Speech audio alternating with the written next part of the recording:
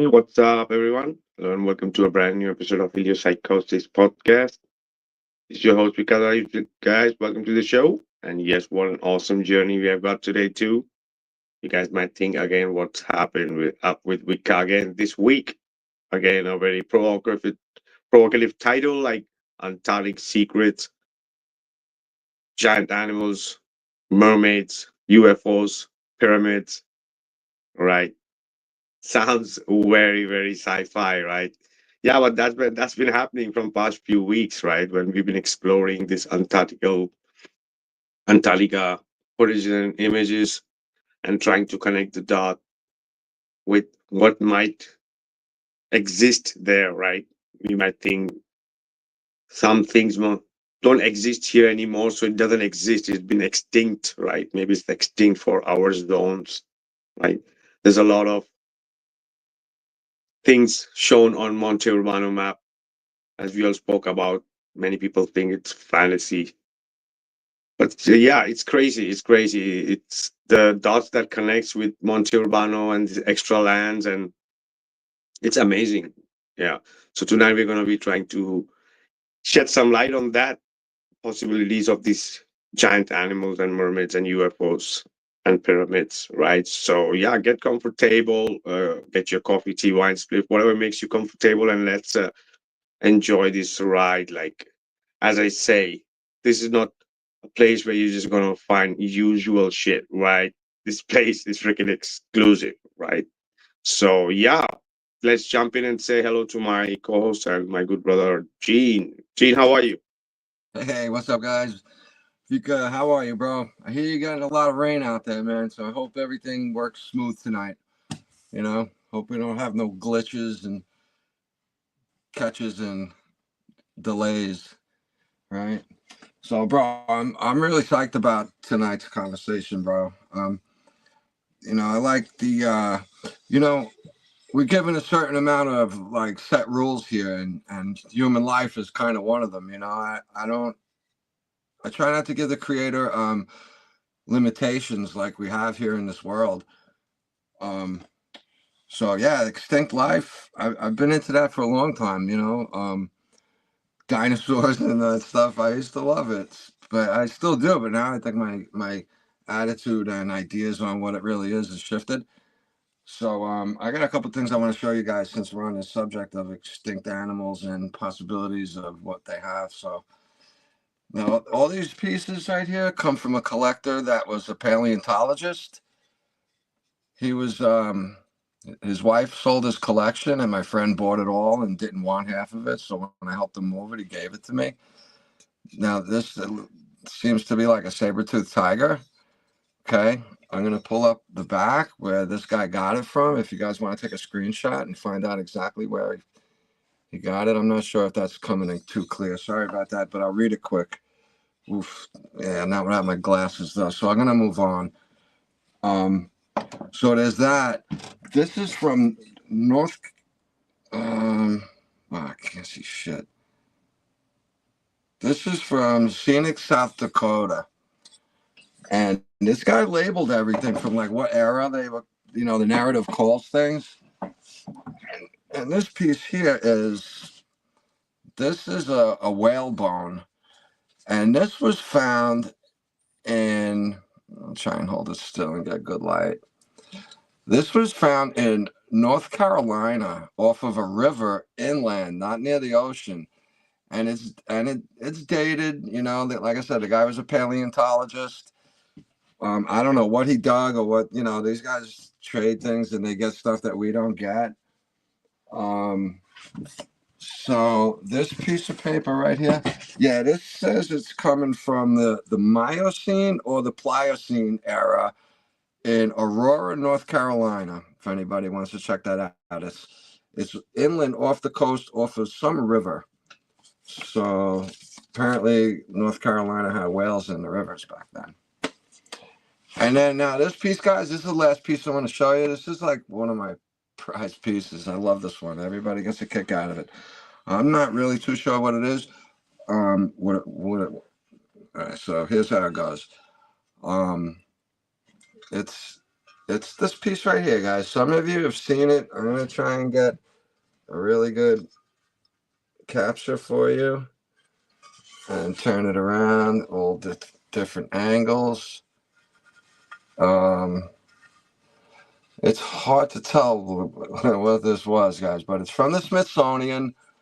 It's got a stamp right there that says it's from Smithsonian. Now we know that.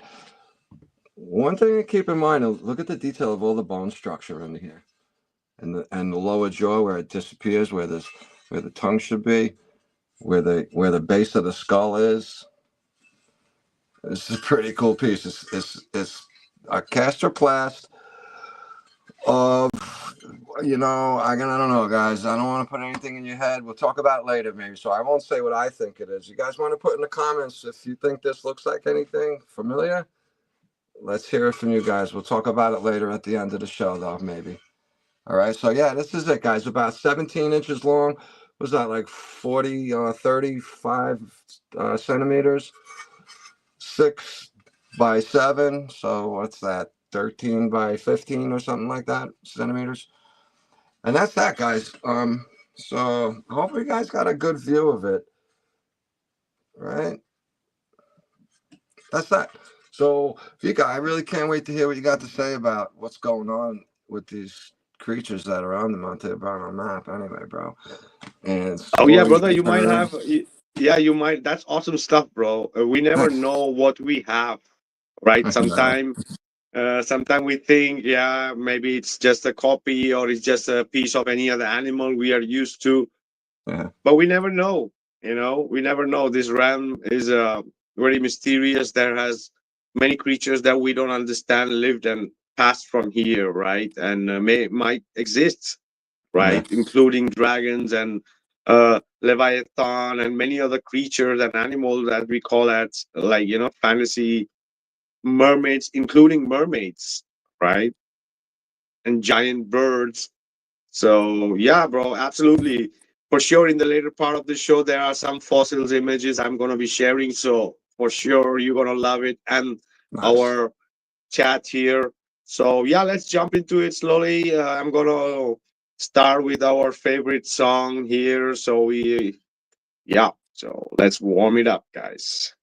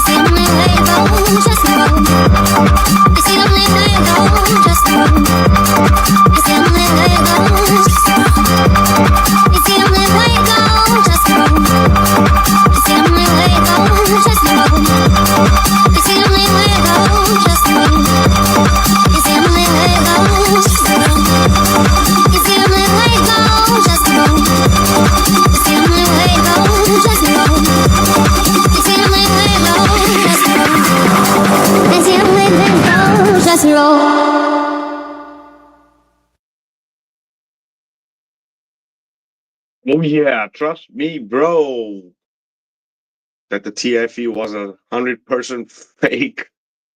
Yeah, there's some really awesome, talented people in the Flat Earth community. That's for sure. Big shout out to Mr. Cheswick for that amazing track. I love it. It's one of my favorite. And also shout out to DJ New Moon for his awesome track too. That's also mind blowing, amazing stuff, brother.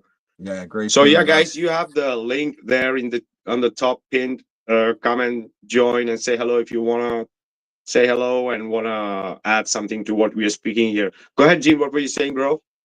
No, I love the tune, man. The music was great.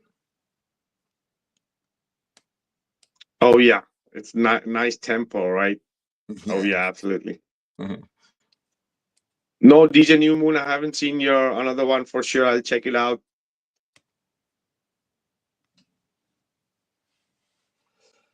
And this is the thing, whatever we've been seeing here from past few weeks, as I said, you're not gonna see in another place, right? And the directions we are going, I think, as I said, trust me, bro, that's the direction, that's the only way to go, right? Where we are going. Because as I mentioned before, the Monte Urbano map,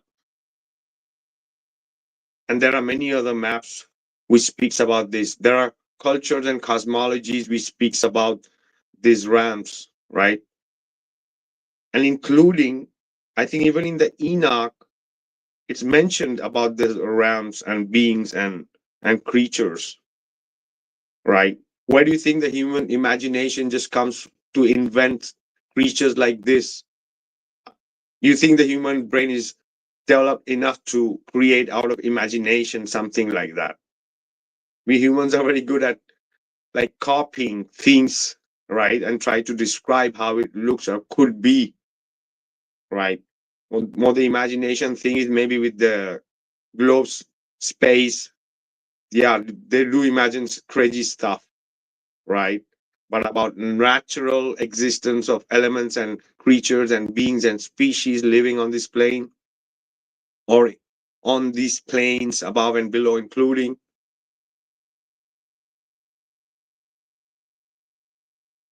there are many possibilities, right? So here on tonight's show, we are trying to be looking at some animals, possible animals, because we even shared some, how do you say, footprints of giants, possibly, right, in these extra lands. Apart from all the images and bases and all the stuff that we have already shared in more than 5 podcasts about these extra lands, right? So today we are at a point where we are gonna go beyond that animal. But before we get into all this, also I wanted to mention something about the TFE thing too, right? And a couple of things more.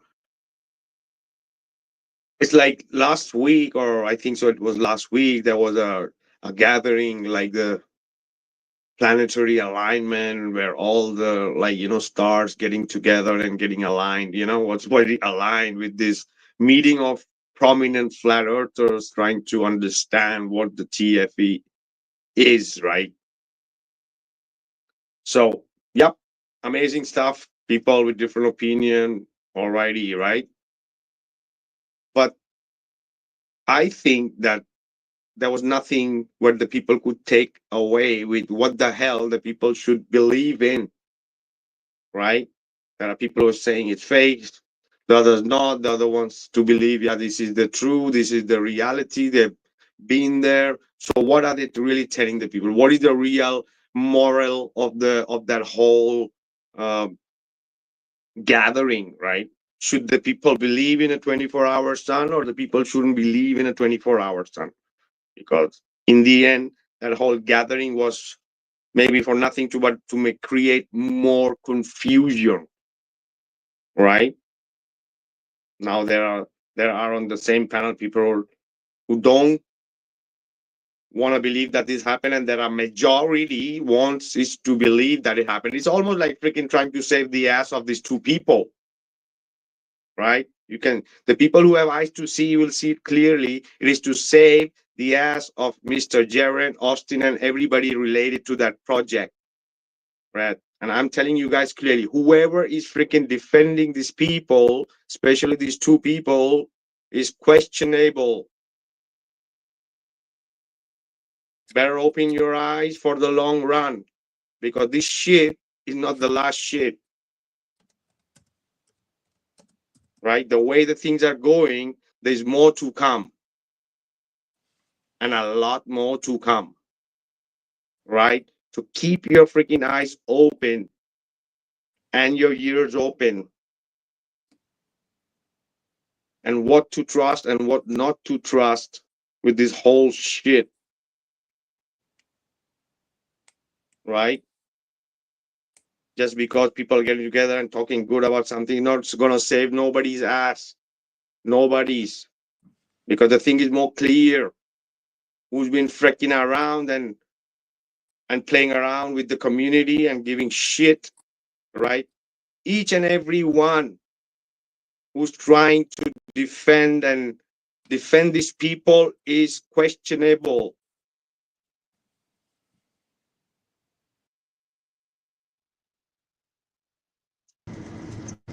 Yo, what's up, Keith? Hey, aloha, Vikka, Gene. How you guys doing tonight? What's up, bro? Awesome, Keith. Go ahead. Nice. There's a new tour down to Antarctica where you can walk behind the sun. Did you see that one?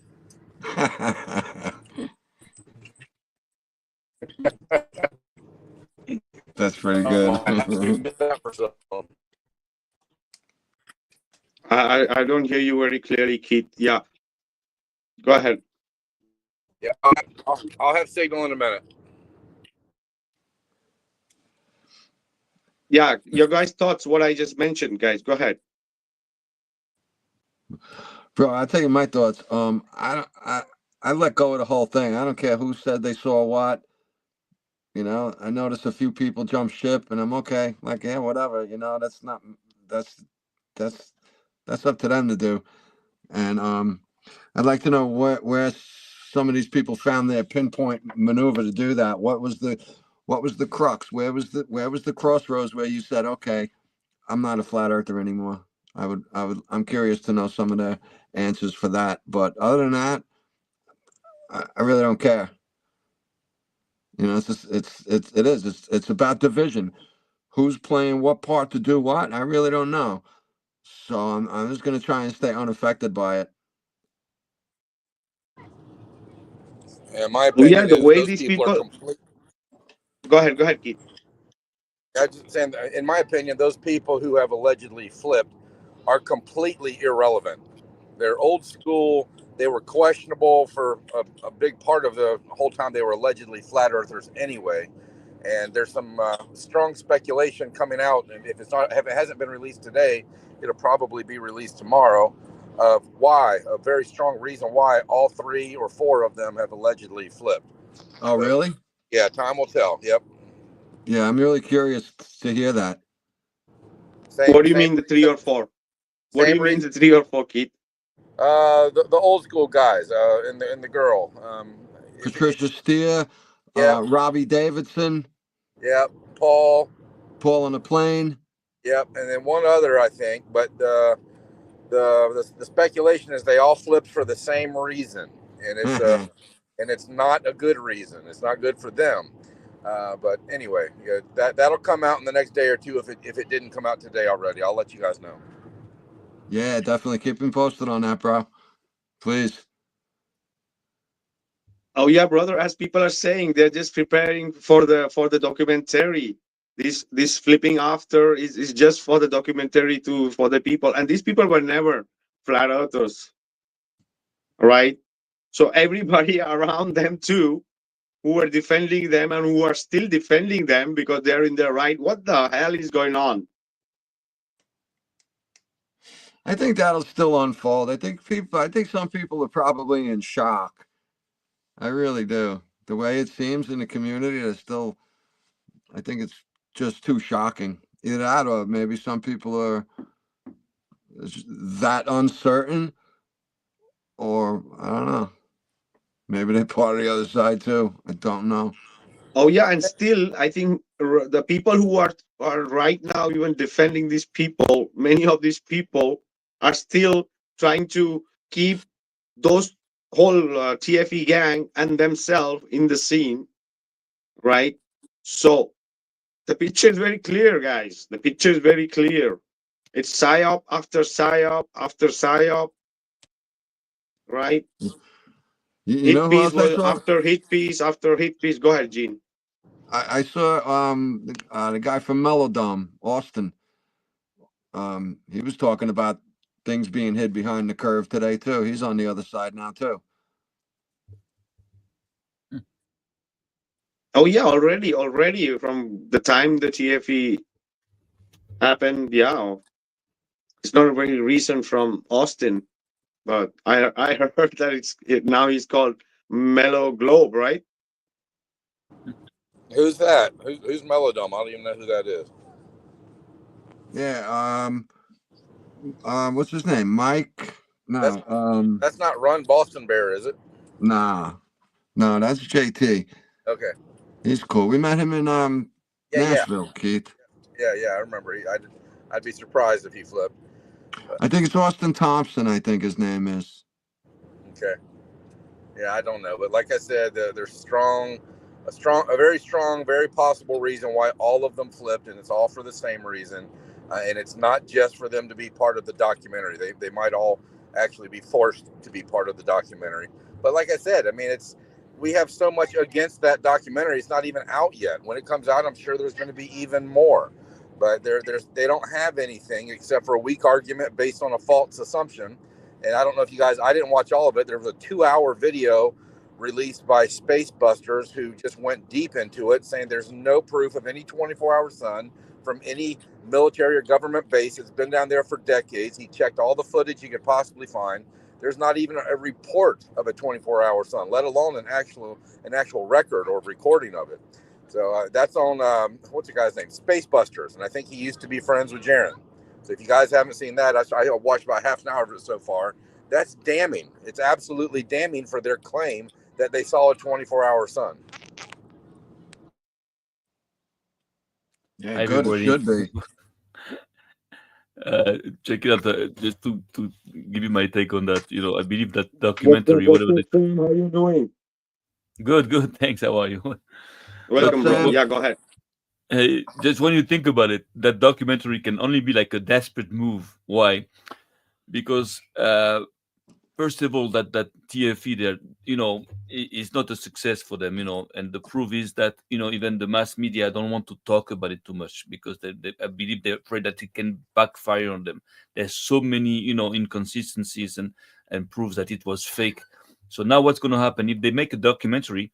They're going to hide things they've done already. They're not going to put everything in a documentary. So it's going to just like multiply the mistakes. Is going to be like bad for them. I believe that maybe some people are trying to make money out of this and that's it, but you won't go nowhere.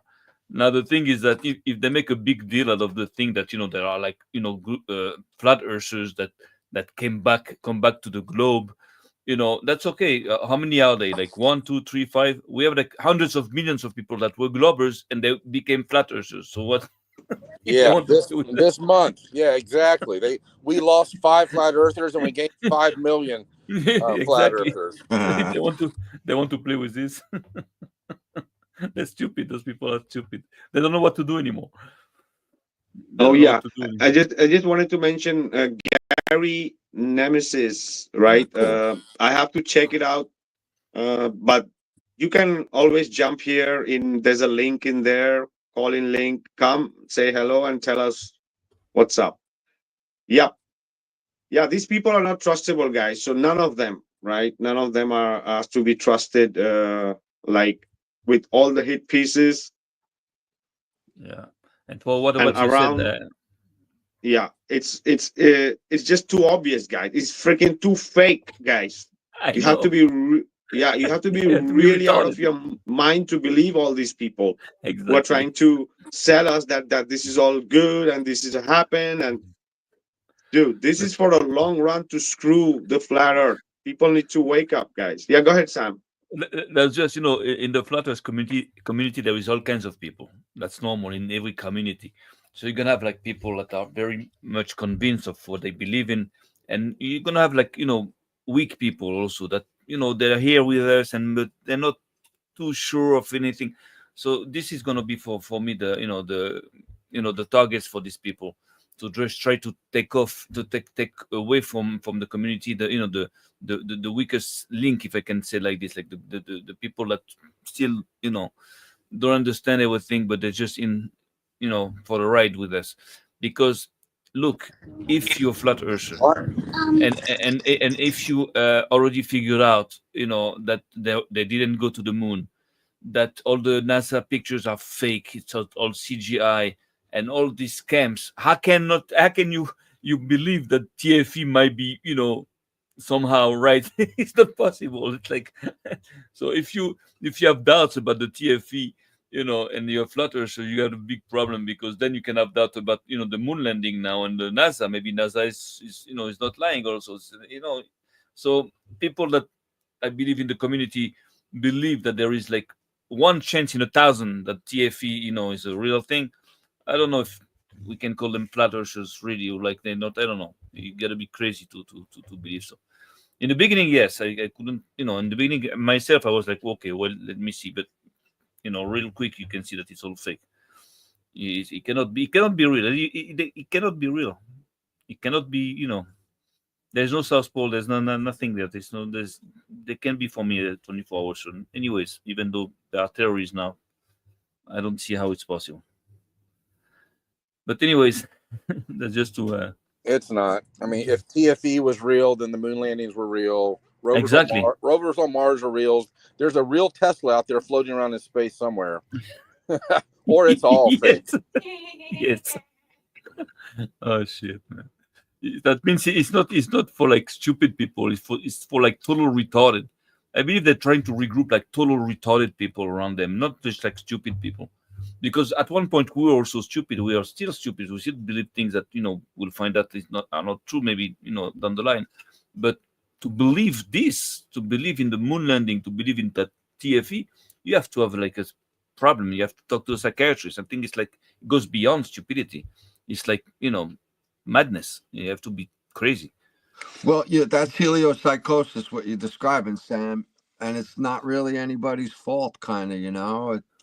People got locked into a falsehood, false belief system of everything that's backwards from reality, and some people just locked into it, bro. Well, it's like a drug. Then it's like they need like disintoxication. Sure, yeah. NASA keeps feeding them with these crazy stories, and it's like a dopamine hit for them, bro. They're like, I remember that. I couldn't wait to hear like, how long is it going to be till we get to Mars now? And every 5 years they extend it out. They kick the can down the road every 10 years, for 10 years, every 5 years. Yeah. And I was falling for it, but I want the truth, and that's why I was able to let go when I realized that what they were telling me just wasn't the truth. Yes. Yeah. But even also Gary is saying ALE should be promoting 24-hour sun vacations, but nope, they don't. This is the thing. Do you think these clowns, out of all these people who live in this world and have money, wouldn't go there? And these clowns who have just found out money from somewhere and go on a trip and they film a 24-hour sun. There are so many people, rich people in this world, including celebrities, and not even celebrities who have a lot of money, who would just go to show how much money freaking they have by being under that 24-hour sun rotating overhead. Right or wrong, guys? Yeah, yes. In any way you look at it, it's fake. It's like if I wanted to become the the lawyer of TFE, I couldn't do my job. There's nothing, you cannot defend it. There's nothing at all. And that's the point. I think because they're not stupid to make so many mistakes like that. I don't understand how stupid these people are. Maybe it's made on purpose. I'm telling you, just to it's like that. It's like they're looking for like total retarded people. They need like an army of totally retarded people Well, I think Sam, at one point I think it's objective because I don't understand. It's like they're making so many mistakes. it's a litmus test, Sam, and they're gauging who's falling for it by these tests. That's it. They need. I believe they need a population of like totally, stupid people. Even stupid people is not enough. It's not good for them. They need like totally brainless people. Like when you look at the moon But people landing that of won't consider the other options is what it is, I think. so they're dead. That means they don't even ask themselves questions. They just accept everything. They have been they've been told, and that's exactly what they need. They need a Yeah. population of people totally like zombies. Then they're looking for like Yeah. gathering zombies. Zombie-like kind of way of thinking. Yes, if you're smart, you're an enemy. If you half smart, if you like stupid, half stupid, you're also an enemy. You have to be totally, totally brain dead, and then that's maybe what they're looking at. When you look at the moon landing of the Indian moon landing there, I don't know how they call it. It looks like a fucking video game from the 80s. I remember the video games on the 80s. It looks like this. You have to be total fucking retarded. Yeah, you have to be total, idiot to believe this is real. So people that do believe it's real, and it's people were believing it's real, bro. This is the thing, right? The same with these people with the TFE. The people are, even Globers are defending these people because they won't believe in the TFE. So yeah, what I mean to say is like, freaking keep your eyes open, because it looks like the setup is gonna keep continuing. Very now with the situation you see right now, it's very difficult. It's very difficult, right, for situation for the community to trust people, and especially the people around and the whole TFE gang and the people around who are supporting it. It's freaking. I think someone mentioned, what's the deal with Austin? Austin, whoever was in this whole TFE shit, we know it's no use. And the people who are around still trying to defend and create the division of there is a 24-hour channel. People have to, the TFE, the flat earth community have to incorporate this 24-hour sun because they want people to believe it's true, right? Without any evidence and with all the fakery. So everything is questionable, right? Yeah. What I could go and say right now, none of these clowns represents TFE, shouldn't represent flat earth community or the flat earth. Shouldn't. Well, that's a big question. Maybe the flat earth community is still being forged. That means that maybe we never had a community so far. We had a mass of people asking questions, finding answers, but we're not really yet. We yet a community. And I believe with experiences like this, with that TFE and everything, on one side is going to maybe regroup idiots against us, but it's also going to regroup like the best thinkers, the best people, the truest flat earthers. Maybe it's good. Maybe it's forging us. It's like it's shaping the community.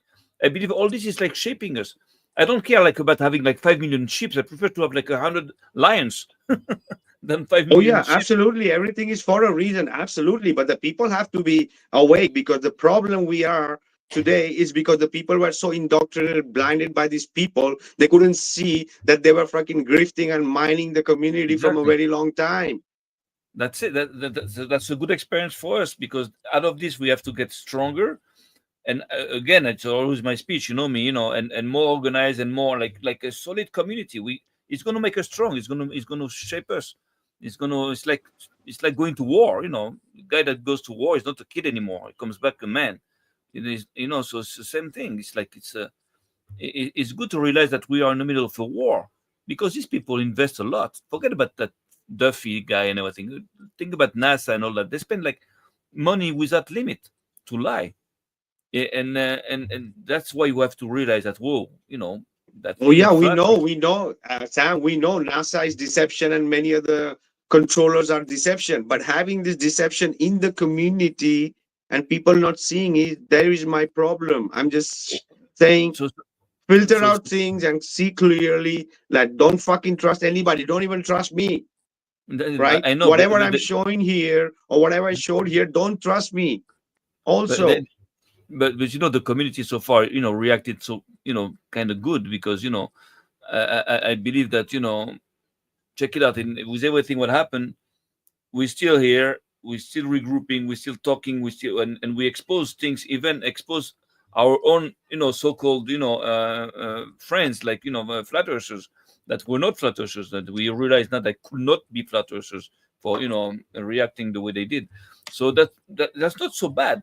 You can turn something bad into something good, and actually I believe that we should use that TFE thing to to get stronger, to get like better, to get like to understand better that how important oh is yeah, that Sam, flat earth thing. absolutely, Sam. It's like for sure this thing happened for a good. I'm really Yeah, happy that this thing happened. If no, of maybe course. imagine 3 years more with this same bullshittery, with the same Exactly. people trying to represent us and not really are real truthers, right? Imagine Exactly. 3 years or even 1 year more without I this know. I know. TFE, and you I know. imagine I the know. state of this whole. I, I know. I know. But what I learned, the best thing I learned from this is that a couple of things. First of all, that they are desperate, these people, to implode us. That means we are dangerous. We are very important, because if not, they wouldn't invest so much, in order to undermine us.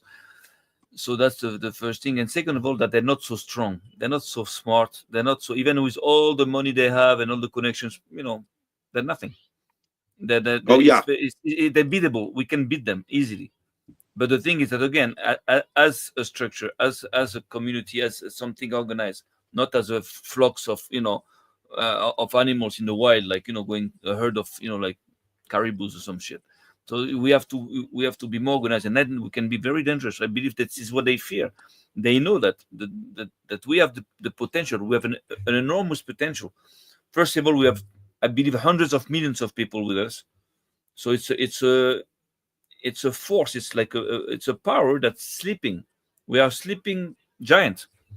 That's why I'm trying to explain to people. It's bigger. Flat Earth is like something huge. uh, I'm not going to go, bring back my Bible again, but it's, again, I believe it might be a link to that last war that they called the War of Gog and Magog. Everything goes in that direction. Slowly, slowly, I'm starting to understand this, and it makes sense, because it's an awakening at a international level, and regrouping all kinds of people, no matter what you believe in, black, white, Jews, Christians, Arabs, whatever, it doesn't matter. So this is something maybe divine, maybe it's a divine plan, something that is huge. It's something, I don't see something as big since the exit of Egypt. I believe it's an event, the flat earth, that can become something so big that the world didn't see that for like 4,000 or 5,000 years. I believe it's huge, and I understand that they have to invest so much, because they understand that too, because these people also know that the earth is flat. Since they want to fight it, they just want to fight it. They don't want to promote it the way we do, but they know it. But they have to fight it, because if you lie, oh yeah. you know that you're lying.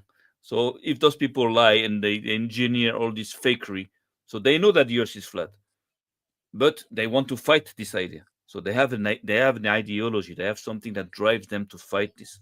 It's not that they believe that the earth is a globe. They don't believe this. They know even more than us about the flat earth. I'm certain, but they But have to fight that's it. the thing, Sam. That's the crux of it all. That's the crossroads where, if people go the other direction, the mainstream narrative is going to have a serious issue, and they can't have that wave come. It's not a red or blue wave. This is a human wave. And when Exactly. people realize all the things that have been taken because of this one issue, that's a serious problem.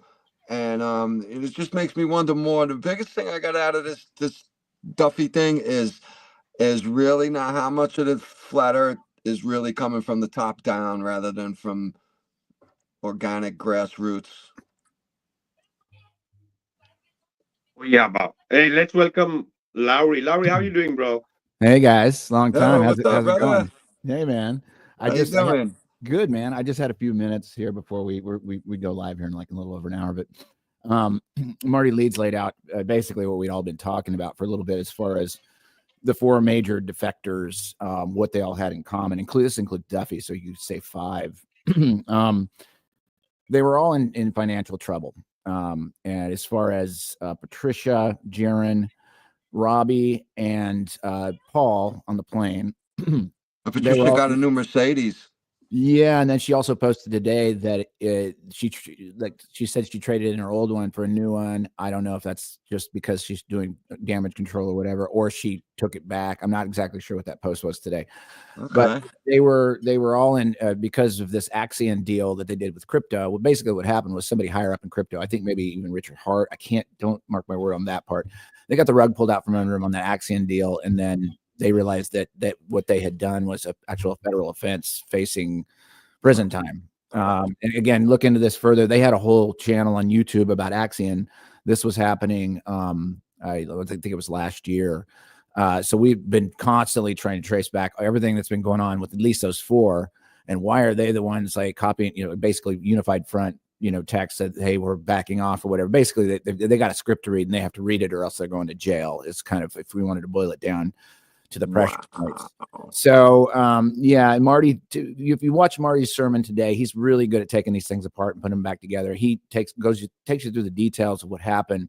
It's the only way that they would be behaving the way they are is that the powers that be, that clearly are interested in the flat Earth topic and not letting it come out. And their pressure points were that you guys are going to jail. And that would be the only reason. That would be the only, I'm not giving them excuses by any stretch, but the only reason they would behave the way that they're behaving is that they got in over their head. They got the rug pulled out from under them. And then whether it was a setup or whatever it was, powers that be said, you're going to read this script now, or you're going to fucking jail. And again, the details are laid out. Marty did an excellent job today, sensitively. Like, it wasn't an attack on those four, but it was definitely like, this really clearly looks like the pressure points got to them. And they said there's more people to come. And they'll be interested to see what happens with this. But like, if there's other people involved in the Axion thing that happened, again, we vetted this stuff for weeks trying to figure out what the hell happened and why are these people flipping suddenly. And there's no other description. And there's no other explanation other than they got in trouble. And they're now under the thumb of somebody else. Who that is, I have no idea. But Duffy was in financial trouble too. I mean, you talk about Duffy, basically, like he was in 3 different court cases, owed something like total of like $700,000. And suddenly he cares about flat Earth. Suddenly, out of the clear blue skies, like, I'm going to spend my money that I should be paying back on these court cases to prove the flat Earth. It's just very shady. And I think we've all known that about Duffy. I just didn't know how much it stretched out into like FE land, at least, to some of our peers who now, I think clearly they've all used the same verbiage shape. They're all shapeless now. You've got, basically what looks like a script that's being read from all of them. They're all Unified Front on the same thing. The only way that happens if someone else is telling them, you say this exact thing. I think the acting skills are going to start showing now, right? Duffy's already given himself up. It's clear what he's up to. Patricia just wants to bow out and disappear. I get it. Maybe Jaron has more of a role that he has to be proactive in reading his script more aggressively. He was more current, right? He was more up to date in the past few years, rather than Patricia. She just got back in within the last year or so, right? Yeah, and we were curious to why she suddenly had to come back in, and what we think. Again, we're speculating here, but like, we went through this 3 weeks now trying to get to the bottom of this, is that she wasn't just going to be able to do this without having to go back into flat Earth and pretend like she's coming back into it. Right. In other words, she had to come back in and prove that she was back in it. It wasn't going to work with Paul on the plane because he was out of like the scene for a long time. Yeah. So they knew it was going to work with him, but with Patricia, she had to come back in and basically be aggressively back into the scene over the course of a couple of months so that they would get enough pull from her when she backed out. And obviously Jared's been in it, 10 years. So like, they're going to hold his feet to the fire, and he's going to read that script until they say no. I don't know how much they're going to push Patricia. They're already doing damage control on her car. She said she traded her old car in for a new one. Yeah, it's kind of, I don't know. You know, I you know, it's either that or Definite like, maybe. yeah, because she was catching a lot of flack for suddenly she has a brand new Mercedes, which is curious. And she does come from money, to her defense. So, like, you know, there's a lot of really like interesting things going on in this whole thing, but it feels like that they're under the thumb of somebody else. And you know, we're gonna find out if somebody else flips. It's like a prominent figure out there in FE land. Then I suspect there's some sort of connection with Axion, or they're being bought off or something. But it was I would recommend everybody out there listening, check out Marty Leeds' latest sermon today. Going about 30 minutes into it, you can get past kind of what he starts off with, but like the second hour, he really lays out the details of why this, and he's got texts and he's got conversations, he's got everything. You can see that they're all reading from at least the same script, or they're coming from a unified front and using the same words. So like, and it's weird. It's weird. And I thought it was weird when I heard about Patricia, and this has been like 3 weeks ago. And, you know, when we caught them, basically, you know, it was scripted. It was a unified front scripted message. And it has to, when they do that, it has to be unified from all fronts. And I'm sure the next person that comes out, they're going to tweak that language a little bit so it doesn't look like unified front. But it, you know, basically in the language wars and in the language wizardry, they got to stick to the same idea of what they're saying. They might change the words up a little bit, you know. But then once, you know, if somebody else flips that's prominent, then the first thing you got to look at is like, hey, like, how are they connected to the four of those guys? If they were, I don't know if, you know, I don't know how many people were involved in Axiom, but a lot of people lost a lot of fucking money, including those four. So, yeah, that's the juice I had, guys. I was just like, I wanted to tune in a little bit before the show and see how you guys are doing. But you know what? The flat earth community in general is super strong, and it's not going anywhere. And the more I talk to like a lot of people, at least in my circles, it's like it's just a matter of time before the wave breaks. And they're going to throw everything against the wall. They're going to throw shit against the wall until it just doesn't work anymore. And there's just too many of us. There's just too many of us that broke through. And you know, hopefully, like, some prominent people don't have pressure points that they get to. I think, you know, moving forward, if you see somebody flip and they just disappear, they probably had a pressure point. They owed money, or they, you know, in Jared's perspective, you know, he's probably, you know, sweating a little bit about the certain media that he's sent to certain women, you know, that sort of thing. You know, they can dangle that stuff over you, and like, and that's what, it's kind of one of those things where, you know, I would have presumed that they all would have just disappeared and back into the bushes and never to be seen again. That would have been the noble thing. If somebody got to him, just get out and just leave and go wander away and hide in the bramble and never come back. The aggro thing with Jared trying to recruit people to come over feels weird. Feels weird to me. I think Patricia, she's just going to vanish. Robbie, I'm not sure like how deep he's into this, but I think Jared, I think they've got him by the dog collar, and he's going to have to play this one out. That's just me looking at the data. Laurie, I got a question for you. Check it out. Yeah. Do you think NASA, they're also lying? You know, they're also saying that the Earth is a globe and everything. Do you think they're like somebody's like pressuring them? I believe that they have money. They have no problem of, you know, money problems and everything. And what I believe is that, you know, to spend so much, to invest so much, to lie to so many people for so long, they need an ideology. Fear is not going to be enough. You know, fame, money. They need some kind of a degenerate ideology. So what do I tell? I'll tell you this, because maybe if there is in front of us some kind of an ideology to fight whatever is true, or to fight nature, to fight, maybe these people, you know, Patricia, Jaren, maybe also do belong to that ideology. Maybe they're not just victim of, they're not being forced. Maybe they may have also some kind of a, you know, ideal. I mean, it's certainly well, Patricia, I don't know. She lives in Houston. I mean, that's the home of NASA. You know, these are speculations at this point in time, but like, I think NASA is the top intelligence agency, at least on the continent of the United States. I think it's above CIA. I think it's above FBI. I think it is. They get an incredible amount of money. I think it's nothing to them to throw $1 million here, $1 million there to do crowd control, and they can give you money and also be like, hey, but you got to do this, and or you just continue not to be. They have that kind of money to do that. So. You know, bro, that's the 70 million a day is just what we see. Just what we see. Of course. They don't care about the money, man. They get whatever they want. Of course. Yeah. You know? It's a powerful company, and people, as long as they still believe in Narnia, then they're gonna. Narnia is real. That's not cool. But yeah, it's like, go ahead. I wanted to throw in something that I heard Duffy say when he was debating Steve Alonso last week. He said that his good friend got him into flat Earth because this girl is a flat earther, and she kept bugging him about it. And one reason she's still a flat earther is because of Steve Alonso's model, right? And then he went right in the same sentence to say that, well, the next sentence, that he didn't look into Steven until 2 or 3 days before the debate.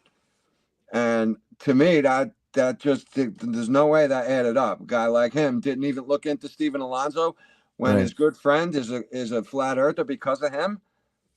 So, the guy's full of shit. Well, if watch everything that guy says.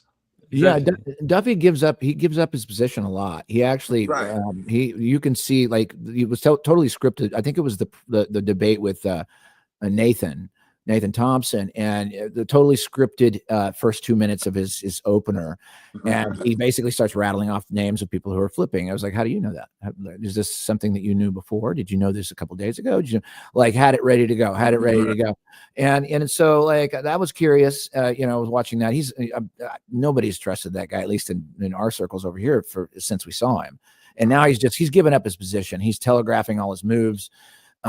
He's trying to get ahead of it by projecting something he's going to get up to in the future, even though he won't get up to it. He's kicking the can down the road. Yeah, exactly. He said he's gonna have a curvature proof shortly, which isn't going to happen. He's not going to be able to deliver that. We looked for it for 10 years. He's never going to find it. So like, basically his language and his wizardry and his language is going to be shooting into the future. I'll get that to you, just so long as he can keep the present under control. And he's not even trying to. He's just straight up acting. And you can see it, and it's clear. And now, as we watch the rhetoric come forward, every public appearance he makes, it gets more obvious, So, like, at this point in time, like, the power in numbers, as far as like everybody that's waking up, it's just not. This stuff is such nonsense. It's going to go away, and it's going to provide some pretty good entertainment for all of us, because it's turning into such a shit show, and it's backfiring on them so bad that they didn't realize how intelligent. Go ahead. Yeah, Larry, this is the thing. What I wanted to add with what you say about what this whole crypto thing and these people are, there might be some truth to that. But I'm not buying this, because it's the same, another technique to save their ass, right? Yeah. These people have been showing their colors from already a long time. It's not only me. I'm quite sure it's not only me. There are many other people who've been seeing this thing even before TFE came out. The TFE only stamps it and makes it sure, that this was always the case. Because if you really look at with a magnifying glass, there was always gatekeeping happening with a lot of things. All right, I'm not saying I'm one of the first flat earthers from 2014, but I'm not also a newcomer, right? We've been researching and been in this for years now, right? We freaking people are all grown together in a way, right? So we all know each other out a lot than we say. A lot of people then says what they could see. I'm quite glad that this happened, and the people who have the eye to see will see that it's very clear. At least some part of the garbage is gonna go away, right? So that the community continues to progress, because this is just distraction, right? None of these so-called representing flat earthers never took the flat earth in the right direction, and still now they are heading in the wrong direction. There's a lot of truth and evidence already for flat earth to destroy this whole globe theory and pseudoscience. But the people who think that they're representing the flat earth are diverting from the real truth. Investigations, experiments, observations, projects, like on a massive scale. That's not happening. It's all the shit show and entertainment and here and this. Good luck, everyone, with that. Yeah, and Good you luck. know what? And you're right about that too. But I think like the core of like call it the community or whatever we are, FE land, like everybody, we saw through it 2 months before they left. You know, we're like, this is bullshit. We know what it is. It's false dichotomy, and we saw. So it didn't hit like it didn't hit me that hard when they came back and saw whatever they saw or whatever the hell happened down there. Because I was just like, look, it doesn't change a thing about the ground you walk on. Yeah, really. And so like if you just boil it down to the very basics, it's like everything else is bullshit, and then they want to squirm it off into the sky and talk about sky shit, and they want to talk about all this other bullshit, and it's like, but they can't ever deliver the actual proof that we've been looking for 10 years, and that is measurable curvature, show me gas pressure without a container, blah blah blah. You guys all know the shit, and they can't do it. And if they can't do it, then there's no way we can even progress to talking about the sky and other things. It's like, no, until you do this, you guys, you're invalid. You're invalid 1,000,000%. So that's why maybe the point is not to prove anything. The point is Yeah. not to prove about the flat earth or to fight it. The point is to fight the community, because if you destroy the community, there's no more flat earth. Right. That's what they're doing. They threw a hand grenade in there, and it did some damage, but like for the most part, like at least a lot of the people that I talked to, they're all still solid. There's no wobbling. There's no anything. It's just like, this is stupid. It's retarded. Hopefully this shit show will pass. And every day we learn more and more stuff about what happened in this whole thing. And it's just, whoever planned it didn't think very much about it. They just didn't. And like some of the most intelligent people I've ever met are in this community. And if you didn't think we weren't all going to start talking to each other and figuring it out as a hive mind, you're crazy. Like their old script doesn't work against us. There's just too many of us and we're too smart, and we can manage this like moving forward, and it doesn't affect us. And they hate that. They fucking hate that, and then now we're seeing it. And like whatever happens with the Axion thing, like Marty unraveled what I consider would be a pretty good reason why, if there's a deeper reason, or they were long-term plants in the community, maybe that's the case. I don't think so much for Jaron. Can't speak for Robbie. I don't really know much about Robbie. Patricia, I mean, it'd be weird if she was a long-term plant. Paul on the plane, I think he just got in trouble financially, and he was like it's my kids, or I go with flat earth. And he's like, it's my kids. He chose his kids. That's what I got. That's the gravy. Making sense? Awesome, guys. I'll just play this one moment. Maybe it's related to what we're talking now. It's up to people. Somebody just tagged me in this. So way they're going to pick up this conversation from that far away. So Rick Hummer is mic'd, and he's got on a NASA jacket. That's right. A NASA flight jacket. Let's watch. Don't act like I'm stupid. Why would I act like you're stupid? Now, you might be wondering why they got to blur out Rick Hummer. I'll tell you why. Because this is national TV. And a lot of people in Indiana would recognize Rick Hummer because he works for WNIT TV. He's an on-air TV personality. Rick Hummer has been in radio and media for many, many years. And he was playing part of the skit here, and then they realized, oh, man, if this plays on Jimmy Kimmel, they'll recognize, hey, you guys got to block me out. So this shows you they were working with Robbie and with this clown here and Mark Sargent to make sure everything was the way they want. And you see Robbie standing in the background.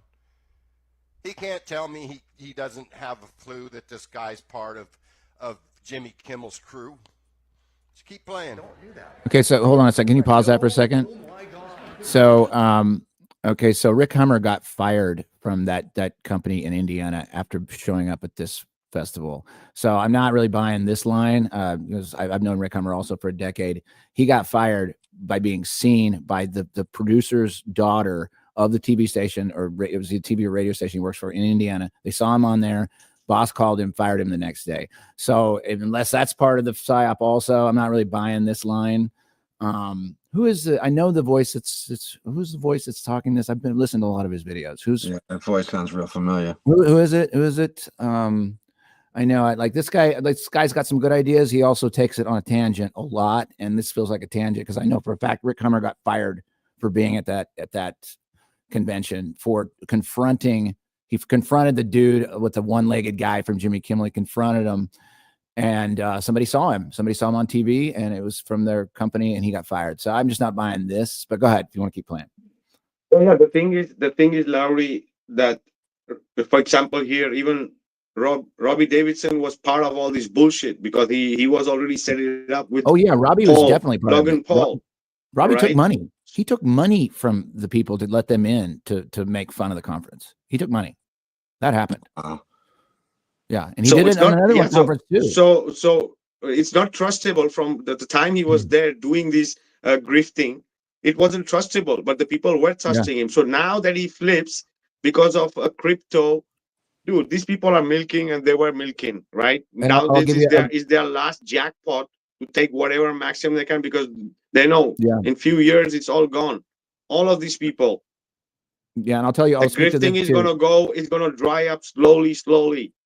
Because so they have to take their last. Sorry, go ahead, Laurie. Yeah, Robbie grifted 2 conferences. Now, the one that Logan Paul showed up to, this is Mark Sargent turned around, got back on the plane, and went home when he found out that Logan Paul was there. So, like, I don't think Robbie and Mark worked together at all, period. He was so pissed off when he found out that Logan Paul was there. He just got on the flight. He was supposed to MC the conference. He left and went back home. So, and then, now, as far as this conference was concerned, Robbie let Jimmy Kimmel show buy like 15 or 20 VIP passes. He took the money and let them come in there, and Rick Hummer confronted those guys out in front. He wasn't part of the skit because he did get fired for that. So anyway, that's all I got if you want to keep it going. But actually, guys, I have to jump off to do some pre-show stuff, but I love you guys. Keep fighting the fight, and I'll be lurking back here, okay? All right, thanks for showing up with that information, bro. That's awesome stuff, bro. Thank you. Cheers. I'll talk to you soon.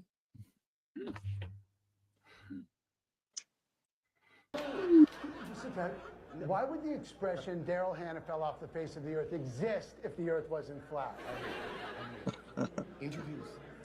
I've got a press conference after this. You nailing this. Thank you. Am I bothering you guys? Earlier you did. You were over here smashing a ball while I you know, were but doing the interview. I watched it happen with my own eyes. Get that cane in there. Stay out of the shot. I was out of the shot, but are we okay? Why is this clown standing around in a NASA shirt? Huh? And Robbie knows about this. But they got to do this skit and play it all out so the camera crew gets enough footage. And I'm going to tell you right now, I did not know. I had no idea that Jimmy Kimmel's show was going to bring in some moron on a crutch to make us look silly. He admits he used to read CIA propaganda off the wire. Listen to him admit to it here. I learned my lesson by looking at some of the things that I was told by the media that I worked in, things that I had to actually repeat. And for anybody that has ever worked in radio, anybody worked in the media before, or radio or TV or anything like that? You get a news feed, don't you? The news feed isn't coming from your building. It's coming from somewhere else that your company, your station, pays for that service. Yeah, the station you work for. There's a reason why they call it radio and television programming. And we've got Karen B. Karen, welcome. Are you wearing a tiara? I can't really tell. I am wearing, actually, this is a crystal crown. Very witch-like. All right, so we're all playing the part. I wanted to make sure I had my crystal crown and my crystal balls. You know, I'm all ready to cast all kinds of spells this evening. I see it. Oh, jeez. That poor television. Oh, jeez. That poor television. Marty Leeds, 33, at Podbean. Who's speaking there with him? One of the flat earth leaders, Mr. David Weiss. Why is David Weiss pushing this guy?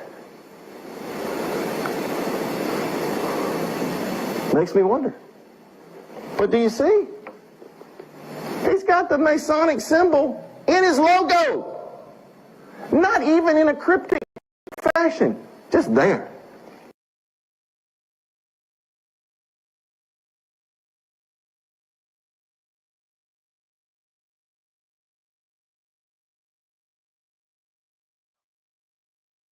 Do the flat symbol. Okay. Now, when early on in those conferences, I did them a couple times, and then I found out that it was a Masonic symbol. It was a whole conspiracy, and then I stopped doing it. And you can probably find 36 pictures where the whole entire crowd is doing the symbol, but I'm not.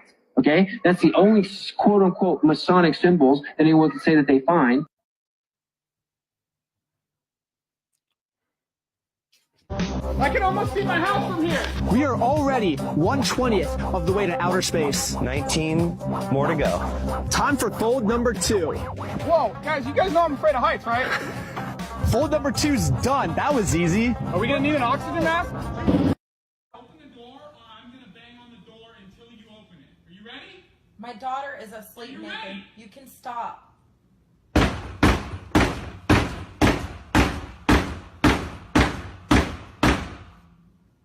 You want more of that? I can do another 100. No problem. Open the door.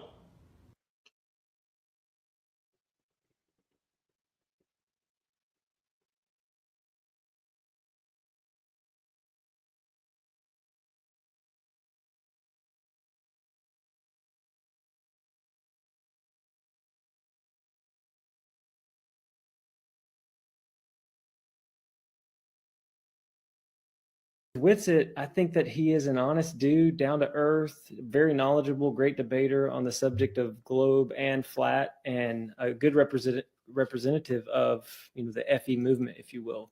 I don't think he's a shill or a liar. He's never lied to me in 3 years. Until Witsit and Weiss show me that they're not either trustworthy or show me that they're not a valuable friend, I'm not going to move at all, no matter what everybody's screaming, because I know them personally.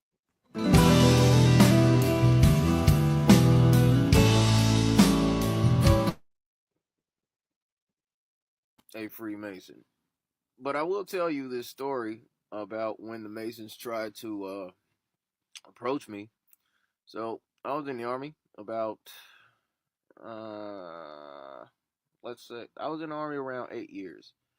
During that time, while I was a young man in uniform, I was approached by 3 men. And the guy in front of me said something along the lines of, "Hey, you look like a traveling man."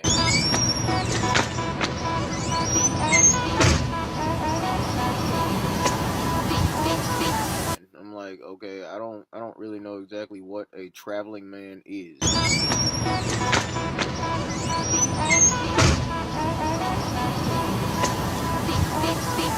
So there was that. I was a little confused by that. There's 3 guys. One's in front of me, and 2 are on each side of me.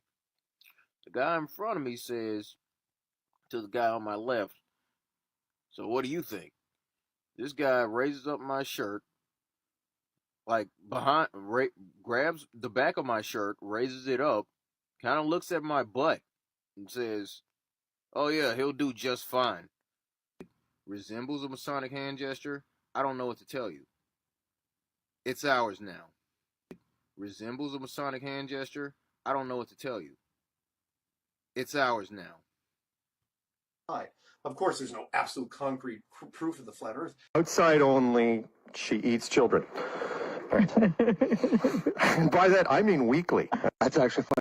I have sent people flat Earth clues as well, because it's very easy to remember. You picked a good title, Mark. Thank you. No, you're welcome. They gave it to him.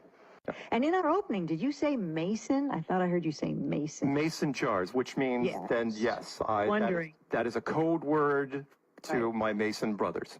Right. All hail. There we go. But my official stance has never changed, which is there are no shills on flat Earth. The team is clean.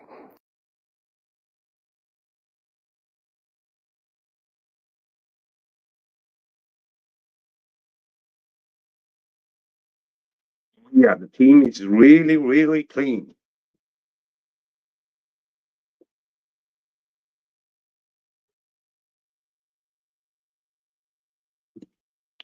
Oh yeah. So we even had David Weiss here defending these 2 clowns, especially Jaren and Austin. He went even on to say here that maybe we have to eat our own pride, that he would bet his life on these people. What happened now, Dave? Well, he's dead. Dave is dead now, so You made the wrong bet, I guess. No, this is the thing. We have to just don't go and like, yeah, this is the thing. Just because we were connected with people before, so we have to just take for face value whatever these people are saying. No, a lot of people knew and had instinct that these people were faking this shit, right? And Dave was here on this panel saying us everybody that if you don't trust these two people, then don't trust me. Literally, he was saying like this. What happened, Dave? What happened?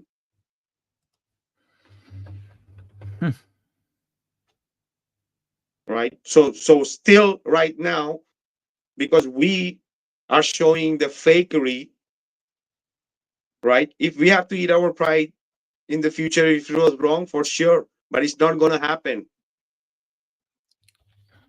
It's not going to happen.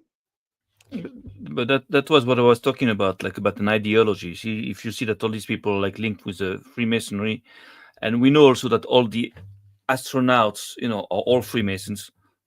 You cannot. So you see that there is some kind of an ideology, behind that. So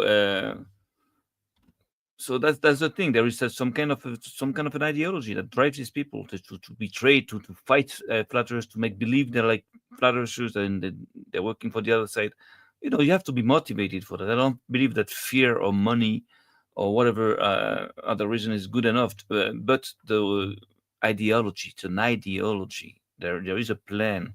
There is a reason why they're fighting for flat earth. It's not just to fight flat earth. It's a highly spiritual war. It's not it's deep. It's deep. So yeah, right, Sam. That's exactly what I was thinking. That it is spiritual. They want this, so that's why they're trying really hard to weed us out too.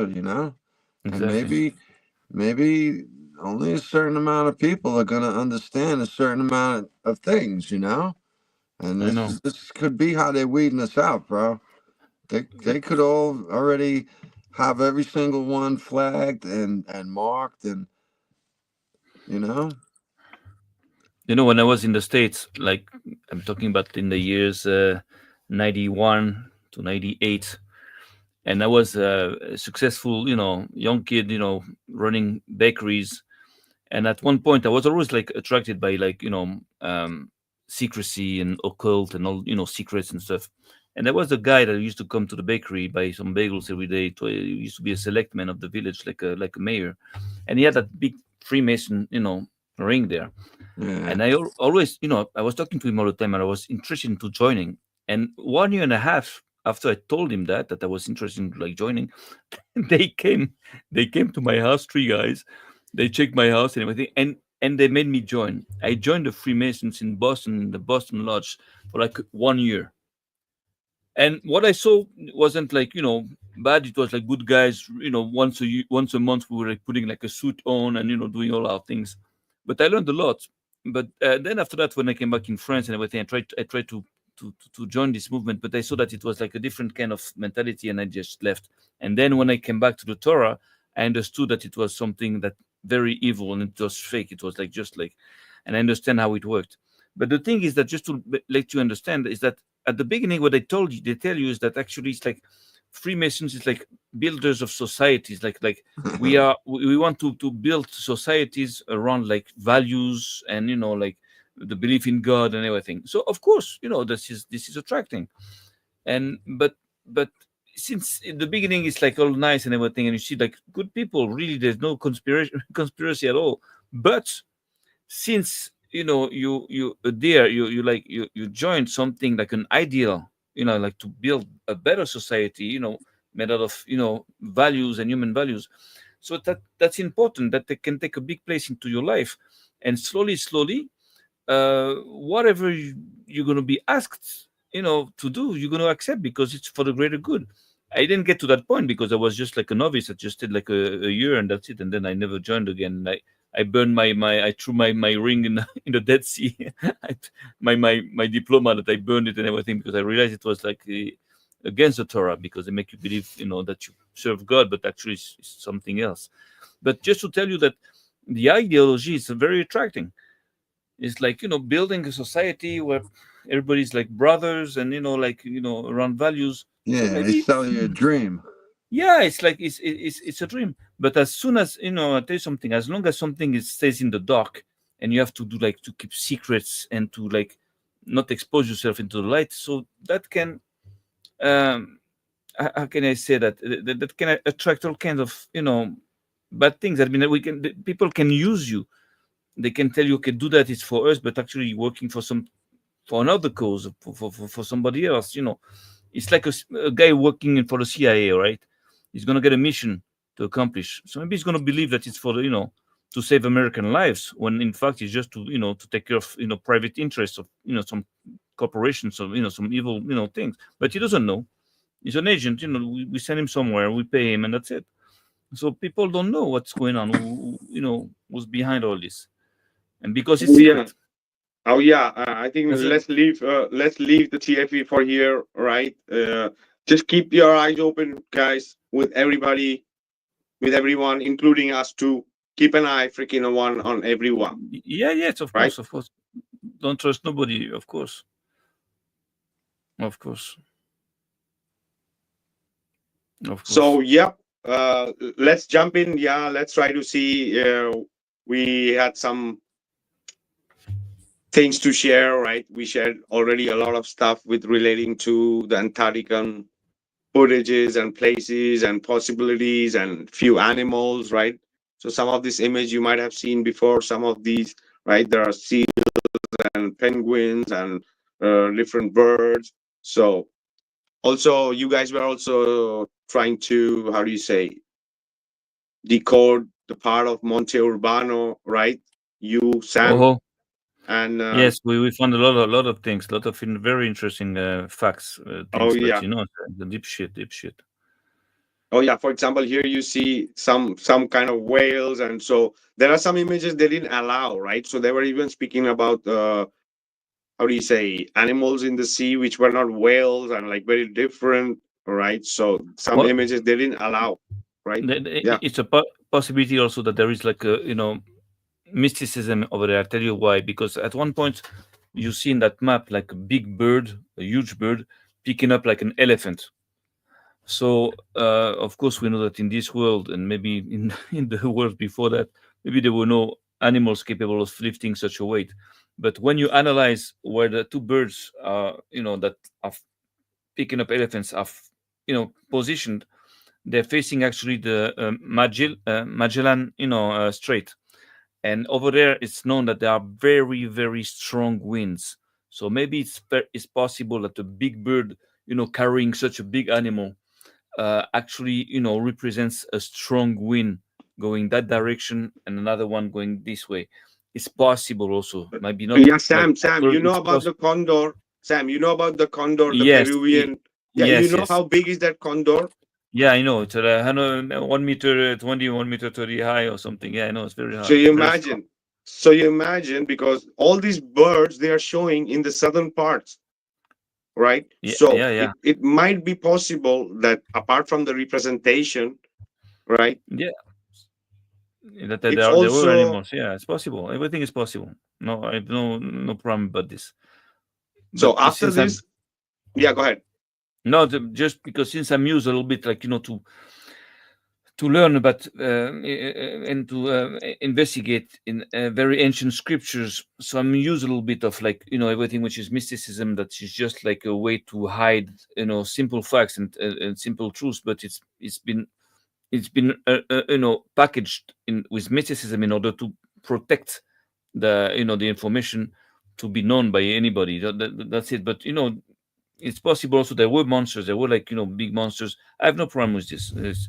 But it doesn't very much interest me at that point, unless there are still monsters today in the seas. So we have to be careful. Oh yeah, if they're showing sea monsters, if they're showing huge birds, right? If they're showing dragons and many other stuff, so who knows? Before we get into the giant bird, for sure, I'm going to share something. I wanted to share this because in the title there are these two video clips of the supposed unidentified objects, right? It's not from this side, right? So take what you think of it, I'll play it. It's not unidentified. It's identified. It's from the NASA. It's a NASA flying object. Yeah, there is. They have. Those things exist. There's no problem at all. There's no. But it's made on Earth. It's not. It's not from aliens. That's 100% certain.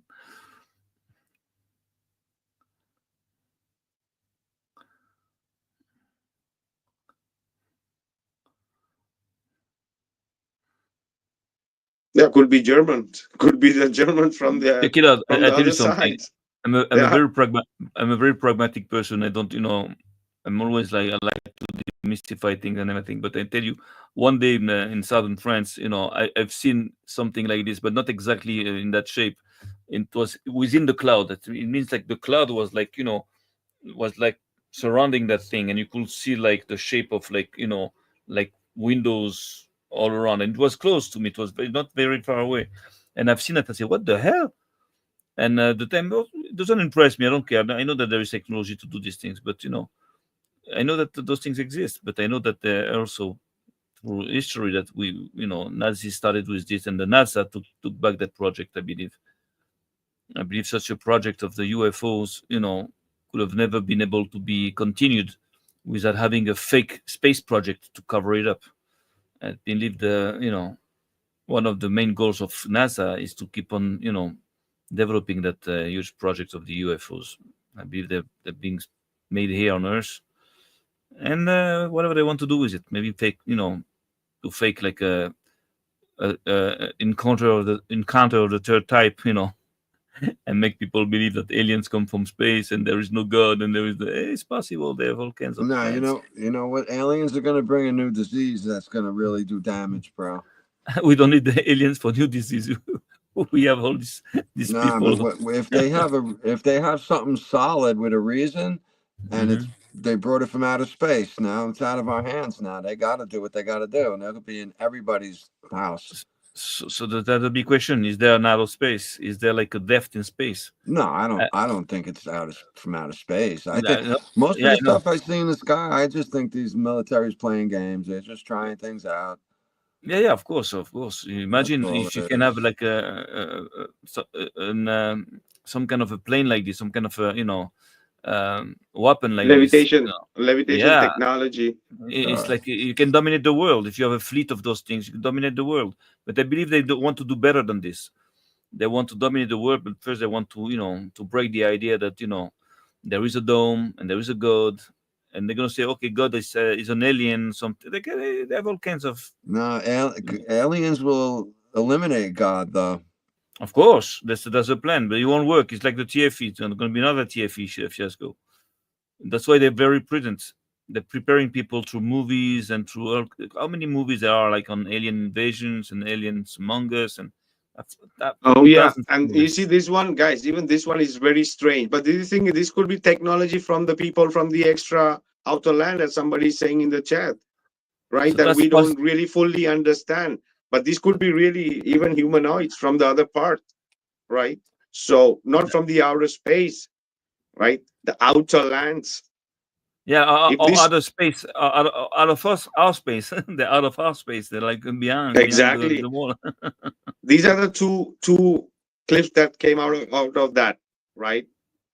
These are not from anywhere from here, right? You can see literally the background and the ice and everything in the background and the mountains, right? If you see it on a full screen, you're gonna see it really good. But this is the thing. Technology is possible to exist that for us could be really magical. Yes. Yeah, of course. Right. What is magic today, tomorrow becomes science. Yes, of course. That's why they're keeping that thing secret. That's why they're playing, those are UFOs. Now we admit that we knew it, but we couldn't talk about it. It's all a fucking bullshit game. It's like just like they're creating that. They're manufacturing those things. I believe this. I don't believe in another power that can do this for what? So what will be the point? So, but personally, I wouldn't doubt if something past Antarctica could have better or more advanced technology than we have. Sure. the thing is where that can lead us. Like, let's say that there is other people, which doesn't, it's possible. I admit it's possible. Or there were other people, or there are still people living out some other, realm. I have no problem with this. The thing is that, if there are more intelligent than we are, so where is their intelligence? What is the point for them to be there and have that technology and don't do shit with it? With all that technology, like, what's the point? That you have to have some kind of goal. I mean, if they're living in places we can't tell, I have no idea what they're doing with their technology. But they could be trickling it. They could be trickling it out to us, though. Everything is possible, but it has to make some kind of a sense. Either it is for the good, for the greater good, to help humanity, mankind, or it is to destroy it, or to So it's either good or evil. But either way, it has to have it has to make sense either way. Because so far, if you see these things in the air, what does that do? It makes people believe there is no dome because it comes from outer space. So if they were intelligent, they wouldn't show that because they will know that it will lead mankind to believe a lie. Now, if they are evil, maybe then they will do that. You understand what I'm trying to say? It's like, exactly. It's good that you're saying that word dome, right? Because I wanted to bring it up there. What is really the meaning of dome? Well, this is very hard because the dome is a translation of the translation of translations. Exactly, but what is the meaning? What is the meaning of dome? It's very hard to translate it, even in Hebrew. Sometimes you have words that are composed of 2 words or 3 words sometimes in Hebrew because it's a. Okay, so let's speak about in Greek, right? According to the Greek, the word dome comes from dominion. Exactly, dome means house. When we say dormitory, right? Everything with dome means, for example, the word dominion, the word domable, the word domesticated, praying on Sunday on one domingo, right? Okay. Makes good sense. Well, so we are domesticated. We are. It's a closed circuit. That means if we believe that there is some kind of a dome somehow, that means it's a closed circuit. We know also, again, according to our books, that the sun, we cannot hide from its heat. That means you cannot hide from the sun's heat, not from the sun's vision, from the sun's heat, which means that the sun going around on a closed system, on a flat Earth with a dome on it, of course, the heat of the sun remains in the Earth, wherever it is. It can be in Antarctica, but the heat stays here. That means if it stays here, that means it's closed. So we know it's a closed system. It's like a house, like you say, it's like something that is closed. It doesn't mean that there are no openings. Maybe it can be openings. It can be like, I don't know, ways out. I don't know. I have no idea. Oh yeah, we are domesticated. That's why we are in the dome. In Spanish, domado means when you dominate a horse. Dominate, right? Dominoes, right? We are the pieces of the dominoes, right? Yeah, go ahead. In Latin, dominates the master of the house. It's like the house master. Like in Latin, I remember that was the only thing I learned in Latin, I think, at school. Yeah, but it's a closed system. It's clear that it's a closed system, and that's why they fight it. They want to fight that idea. Because if it's a closed system, that means it's an intelligence, a superior intelligence that built the Earth. It's not like the fruit of an explosion, Big Bang. And this is so stupid. Also, there's a big rabbi here that said, but if there was a Big Bang, an explosion. To have an explosion, you need like chemicals. So where did the chemicals come from? Well, they were built into, the Big Bang had everything compressed into a little. Yeah, but if you have an explosion, you need chemicals. So let's say that the chemicals have to be prior to the explosion. You cannot have the chemicals and an explosion at the same time. Right. You have to have so the explosion cannot be the beginning. The beginning is the chemicals. So now where do the chemicals come from? The whole There thing we go. is really ridiculous. Of course, that is to make people stupid. It's like also they talk to how do you call him, the guy from the evolution there, the guy that believed that we come from the fishes there, Darwin. So they tell him they told him, okay, if you believe that there is an evolution like that people come from the fishes and then whatever. So what about the eye? That means at the beginning the guy doesn't see nothing, and then he can see a little bit, and then he sees everything blurred, and then he sees good. Exactly. What came first, the brain or the eye, and which one decided to do what? So this is so absurd. This is totally stupid. It's totally stupid. It really is. We did a few shows on that. That's good stuff, right, Vikka? We had a lot of fun doing those shows. So this is. You know what I wonder? I was just wondering now. All these guys who were prominent flat earthers, or just regular everyday flat earthers, they jump back to the globe because of this TFE thing. So what else do they jump back to, though? Are they evolutionists now again? I don't believe it. I don't believe a flat earther can never become a glober. If those guys are coming back to the globe, that they will never flat earth. You cannot realize the truth and then says, oh no, what I realize is not true. You cannot prove something and then prove it. So it doesn't make sense. That means that in order to implode the movement, a CIA operation like the TFE shit, or I don't know, they have to have people on the top of flat earth that are working for them, and also people at the very bottom of flat earth. As people that as flat earthers and everything, but they're not like known. And then when the time comes and they press on that button there, so you're gonna have thousands of so-called flat earthers, that are gonna just go back to the globe, but they were never flat earthers. They were like sleeping cells, making you believe they were here. That's why there was no such a community until now. I believe that now there is a community. I don't believe that back then there were. It was fake. Also, it was engineered. That community was engineered somehow. There were true people, of course, believing in flat earth, understanding this, but as a community, were somehow engineered by these people. But now we we got our independence, So I believe that we are now more community than we ever were so far. That's what I'm not gonna let it affect me. What these people were saying before it. It's good.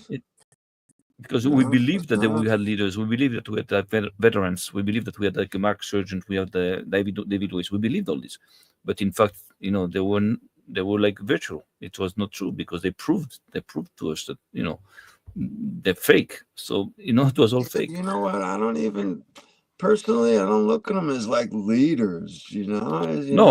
Some people speak better. They can grab, vast amounts of information on the spot better. Not leaders. You're right, not leaders, but do represent flat earth from the outside. When you go to you type flat earth on internet, you're gonna see David Weiss coming all over the place with all kinds of things, and he helped me also understand things. Through him, I joined him. So it's veterans. You can learn from everybody, man.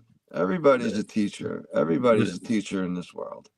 But yes, of course. But they're trying to grab the monopoly of this. They're trying to climb. To be themselves. The true window of flat Earth, which they can. So maybe that's why. Maybe that's why Jaron is still trying to draw people in and coerce them into back to be a glober, because it's just not working well. It's probably not working the way they thought it was gonna. But I tell you something: if this guy Jaron, somehow is working for an entity or somebody, I don't know. I don't want to say CIA or whatever. I don't know. But at one point he knows a lot, so that idiot is in danger, because at one point he can also, become a whistleblower. He can just say, "Okay, well, I was paid. I was, And he's in danger. Guys, so let's leave it to there with these guys, right?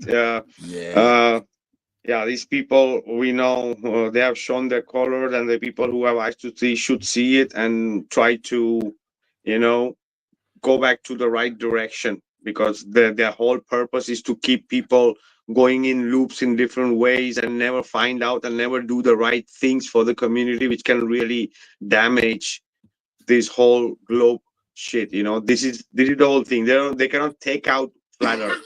What they can do is distract and grift and continue that, because that's what it looks like, and that's what is going to happen. That's what it is happening, right? Like trolls. So yeah, what you see on the screen is, this is supposed to be one of the images of the so-called the giant birds, which are also shown on the Monte Urbano map, because you didn't see it very clearly, because when you see a little bit behind, you're going to see before there's a seal. Just compare the size of the seal and the stones, and this bird is right up there, right? And that bird is trying to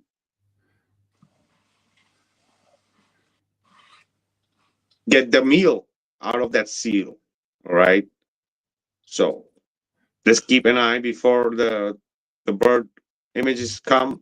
You're gonna see That's the it. seal. I wish we could see size comparison. It's tough to tell how big that bird is. I don't believe it's that big, but it's a nice bird. But I don't know what they feed on. They have no food there. Just the seal. There's a seal right there. Yeah, there's a seal below that. That's why it's hovering there. And there's another bird in the water. You'd be surprised what a bird can pick up. Birds are really, really tough. Oh, dude, you seen how you say falcon? Some eagles, they even carry a whole sheep, dude. Yeah. Put me on the big screen for a second, bro. But they don't. But the thing is that they don't lift it up the land. They just, from a height, they just pick it up and they let the wind, drive them, and they just carry it like this. But it's hard to see them like picking it up, from the ground up. But they take it from a height and then they go down with the wind. But it's true, they're very strong, and I'm sure a condor can pick up like a sheep, no problem. Like a 50, 80 kilo sheep, no problem. But an elephant, this says I have doubts. An elephant, I don't believe so. Yeah, so to put Gene on you on full screen, I need to take all of us out one moment, so we won't be able to speak. You can have a couple of minutes there. Yeah, one moment, Sam. A quick second. I'm going to show you guys something.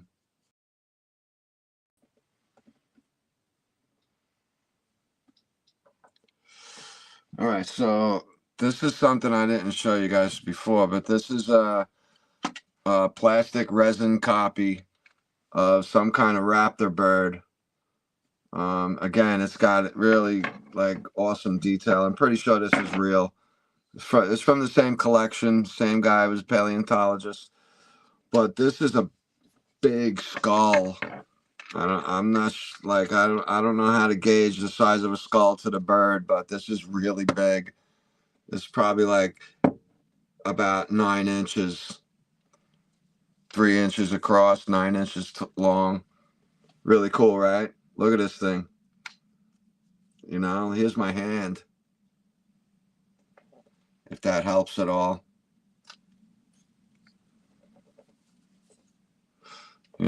So it's nice. Don't know what it is, but it's a chicken. That's a huge chicken. Yeah. Not the kind of bird you want to have for Thanksgiving. Yeah. No, because I had a crow skull, and I don't know. Crow's a decent sized bird. It's about a foot tall. There's nothing in comparison, though, guys. Anyway, hope you enjoyed that. Oh yeah, so this bird, what we are seeing here, is estimated around 7 meters. I don't know how many feet is that. Across? Yes. Easy. Yeah, it can be 7 meters. Yeah. You can see by the size of that's like 23 feet. The width of those wings are probably 3 feet wide, 4 feet wide, if that's how long they are. You know? Yeah. It's huge. And, you know, think about it, guys. If anybody's a swimmer, you know how much you're pretty buoyant. We're giving our weight. We're very buoyant in the water. And with just your hand, you can propel yourself pretty quick through the water with just that small little tool, your cupped hand. So imagine if your entire arm was a wing and you're going through the air. Yeah, it's powerful. Yeah, you gain lift really quick. Look at that. Yeah, you know, I'm wondering about the size of that compared to man, as compared to the size of this Yeah, skull I exactly. have. It can take a whole seal up to imagine what is a man, right? And it's a comparison between Argentavis magnificens and other kind of flying birds, the more big ones, right? So the name of that bird, which is on the top, which we saw in the image, is Argentavis magnificens. This is, you see the name, Sam, Argentavis. Argentina. Argente And it's is shown, maybe, and it's silver. shown, it's shown on Monte Urbano map near Chile and Argentina. We also speak about that huge vulture, right? So they speak about huge birds in these parts of the land. Yeah, condors are proper to Chile and South America. There's no condors in England. That's for sure. We have them out west in the United States. Oh, yeah? Yeah. California condor. I think that's one of the biggest birds in the States we have.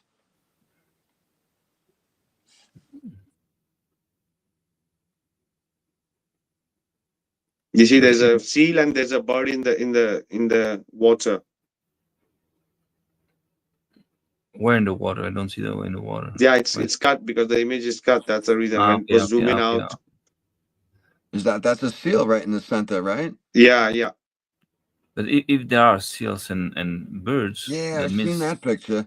Look at that. Yeah, long time Look ago. at the size comparison. That's in a museum in Argentina.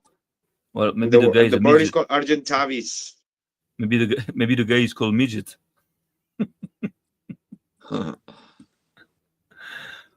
We have to see how tall is the guy. If he's like, you know, like 3 foot high. No, Wow. that's a 5 or 6 foot dude. I remember that picture from when I was a kid. See, pictures like that spark my imagination for the rest of my life. It's a big motherfucker. Wow. Look at the wings. The width of the wing is like he 4 can or pick up 5 a feet. man.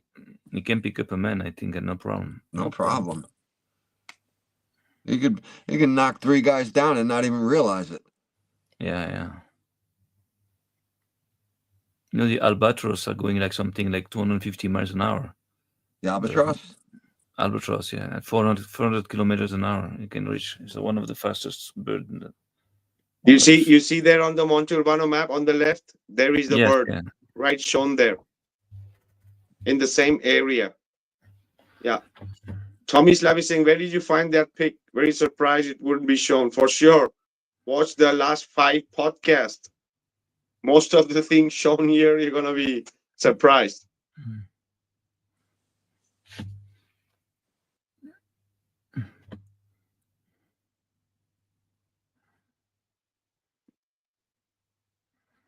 So if there are so many seals, that means there's a lot of fishes in these waters.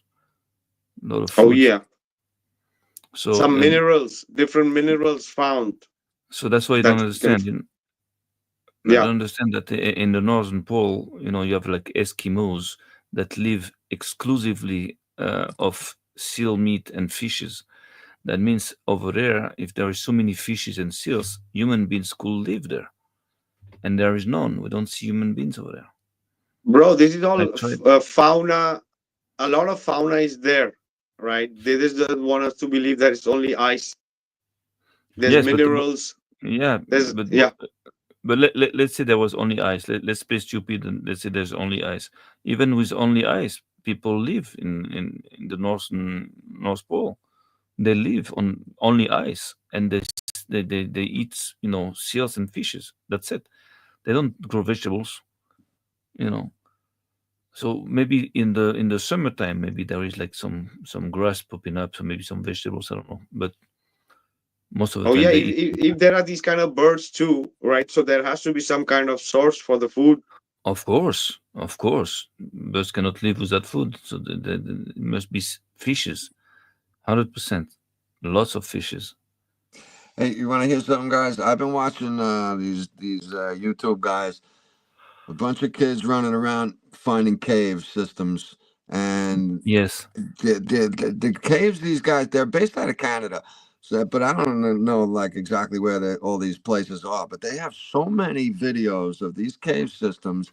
It's like it's pretty amazing, like how many different places they're in, and these caves are like gigantic, huge, big empty caverns, and in some of them, lots of them, plenty of them, there's water. Almost all of them have water in them. Some have waterfalls, pools, rivers, but I've seen quite a few now where there are fish in the pools, and there's salamanders. Like, I wouldn't say all over the place, but there's plenty of salamanders, and there's life down there. In other words, Yes. Oh, you can live underground. I'm sure you can live underground, no problem. But again, I don't know if men don't need sun also, maybe to survive. Maybe I don't know how. I don't know. But well, I was just pointing out how life can survive in I think extreme environments. I think men can adapt to lots of situations. I believe that even in like the toughest conditions, men can adapt. Men will always adapt. I think so. I think it's possible then. Well, I think honestly we adapted to the lifestyle we have today. I don't think people the way we're supposed to be would just be thrown into this world and survive well. So we had to slowly change into this world we have today. Yes, of course. They slowly adapted us into it. They know how to push society around. They know what they're doing. I don't know if we had to go back in time, like in an instant, and go back like 4,000 years ago. I don't know if we could survive. We'd lose our mind. We didn't know what to do. With the food, just the food is maybe be stronger or different. I don't know everything, the air. I don't know. Maybe these are some of the images. These black and white are from the 1935, 38. Right. You see the different landscape, the earth. You see the eyes, the blue eyes, the white eyes. This is supposed to be part of the new Swabia land, right? A lot of different constructions going on. You see, all these are all German ships, also, right?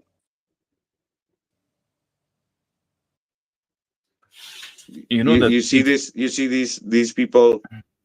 Yeah, they're taking resources at different places from that time, from the 30s or something. This is going on, right?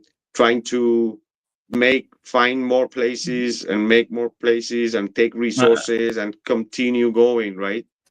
I don't know if you heard, but the engines of the U-boats, the Nazi submarines, were built in such a way that they didn't need like energy. They were like producing like energy by themselves. Have you heard that before? It's like some type of engine. Exactly. That just makes it's like a perpetual movement, and they don't need no fuel, nothing. Could be magnetic. Some kind of technology like this. I've read that a few times. Now, if it's true, imagine bringing submarines in remote areas like this would be like bringing like an a power station. That can give energy to an entire camp or village. If you just use that engine, not to go on the sea, but if you just provide energy to the communities, I mean, so such a submarine could act as a power station. You understand? A battery, a power bank. So that's also interesting to see if they manage to bring all these things there. So maybe they can use this. I got to think that if they can power a submarine like that, they could probably put one in a building and power the building with it too. Exactly, the same engine. Just take the engine off, and you just do whatever you want. Hey, modify it. It could have done the building first and then modified it to fit the sub too, though, right? Exactly. With this kind of engine, it's a known engine. I don't know. I forget the name, but it's a known technology. But they use it. I don't think it's very popular because I don't believe that they want anybody to have that technology. But it's no, we had prohibition here, right? And so they stopped alcohol for 120 years, and what I think happened so long. Wow. Yeah, I'm sorry. Alcohol was 13 years. They stopped hemp and marijuana for 120. Ah, okay. And the theory goes is that the engines back then could run on the grain alcohol. So what they did was they stopped the alcohol production. They created the black market for it, the underground market. And in that time, they bought up all the companies that were making those engines, and they stopped production of them. They modified the engine, so they can't do that anymore. And that's what we got today. But, theoretical rumors. No, but it makes sense. Yeah, but it really does. To do this, you understand the structure that you have to have. You have to be a superpower, like super. I don't see any other organization in the world rich enough, organized enough, motivated by any ideology more than the Catholic Church. I don't see nothing that can that can be like at their level. It's the only. The Germans for sure, brother. The Germans were. This is the thing. I think but the Germans whole Antarctica treaties. Yeah, go ahead. The things the Germans, when you think about it, they were not created, but I believe they were. It's an extension of the Catholic Church. I mean, first of all, the Nazis were all like how do you call it? Well, the Pope did support the Nazis, by his silence, and there are other facts that tell me that these people, for example, like when Hitler died, Franco was a dictator, like a ally of Germany. He said, that Hitler was in fact a child of the Catholic Church, and that he fought his whole life to protect the Catholic Church. So those are like quotes that are like historic quotes that are known. It's not a secret. So what the hell would he say that? You understand? So there are a lot of things, like even the Himmler also. He built all his SS, organization there according to the Jesuits organization. It just copycats exactly what the Jesuits, how the Jesuits were organized. So they're linked somehow, in the dark, like they're linked to one another. And that's why I'm saying I don't see no organization, no power greater than these people so far, and that I believe that only these kind of people can manage to have their people all over the place and pull those things out, like do things. Like, for example, have you guys heard about Sam? Have you guys heard about Mike Myers? You or Gene? No, I don't know what it is. No, Mike Myers is the guy from Halloween over here. I don't know if it's the exact name, but I think so. But you remember there was a guy somewhere in Switzerland who was having some alien contact. I don't know. Maybe somebody in the chat might remember. I don't know. And he wrote some books and everything. This is the thing. The whole UFO things with the Germans, with the U-boats, with the technology, with the bell, with many different things. Yeah. It's one mind. It's one company behind this. One organization behind this. It's not like many organizations. Also the Catholic Church, via the Red Cross, they created the rat lines. They had like not thousands but tens of thousands of German officers escape and recycled all over the world with fake papers and everything. The Catholic Church done that. We know that now. They're trying to play it down, but it's not true. So actually, we can see like signs left and right of the implication into all this. So I believe that, who do you think can pull that thing out to have like 4,000, Nazis, virulent Nazis being recycled into like, rocket scientists for NASA? Who the fuck are you kidding me? Who the fuck can pull that out? Only the Vatican. Only these people can do that. For example, in the Pentagon, you cannot become a general if you're not, Roman Catholic. Yeah, but this is the thing. If they gave in Operation Paperclip all these German scientists, so imagine the ones they have taken with them. Yes, of course. To imagine what kind of yeah. So this is the only organization that is the oldest, for me, criminal organization, the biggest mafia ever, the richest, the most powerful ever. They've been around for like 2,000 years, and they inherited from the Roman Empire. Can you fucking imagine? So that means that those are the only one that can pull all these things off. Maybe there's also after that the Rothschild, all these, the banking families and everything that gravitate around them. But who can, be at their level? I don't see anybody else. There's no king, no banker, no banking family, nothing that can get close to them.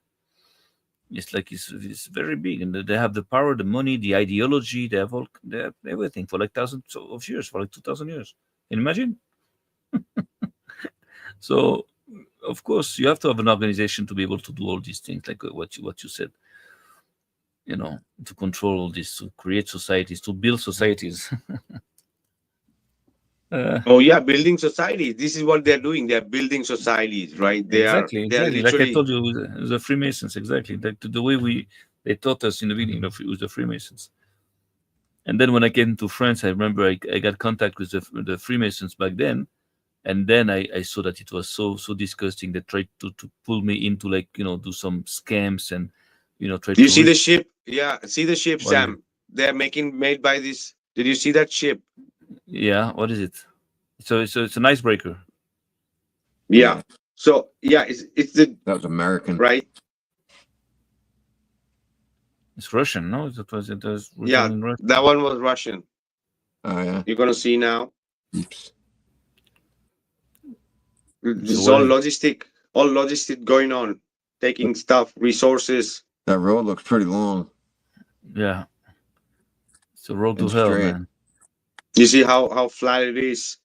It just continues flat. Yeah, where's all the mountains at? This is the thing, it's different places, right? Now keep an eye on that.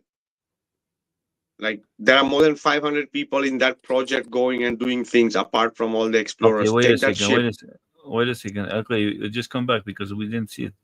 Okay, maybe you see it now. Wait, maybe I'll in the next.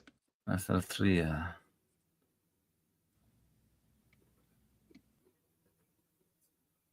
Rostock.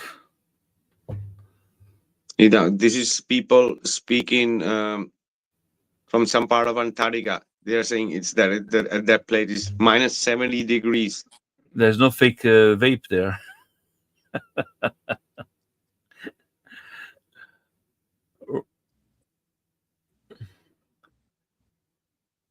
Why, those are Russians. They don't give shit about the cold, man. You see this one I've already shared with different. You see the luminaries behind. What is that? Like people that disappeared? You see 2 on the right. You see behind, and you're gonna see 1 on the top. Yeah. I remember. This is the same clip from before, but it's more. You see more light.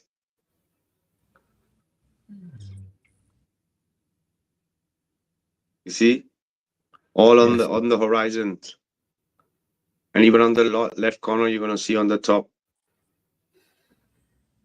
See that? You see the ship right now. Now you can see the ship. It carries like a helicopter. It has a platform to carry helicopters or something, I think. But that's why the picture comes from the helicopter. You see, the sun is behind them. Yeah, that's one was from the multiple sun podcast. You remember we were showing different suns. Oh, all right. So that was from the same one. The shadow of his hand was on his face, and the sun was behind him.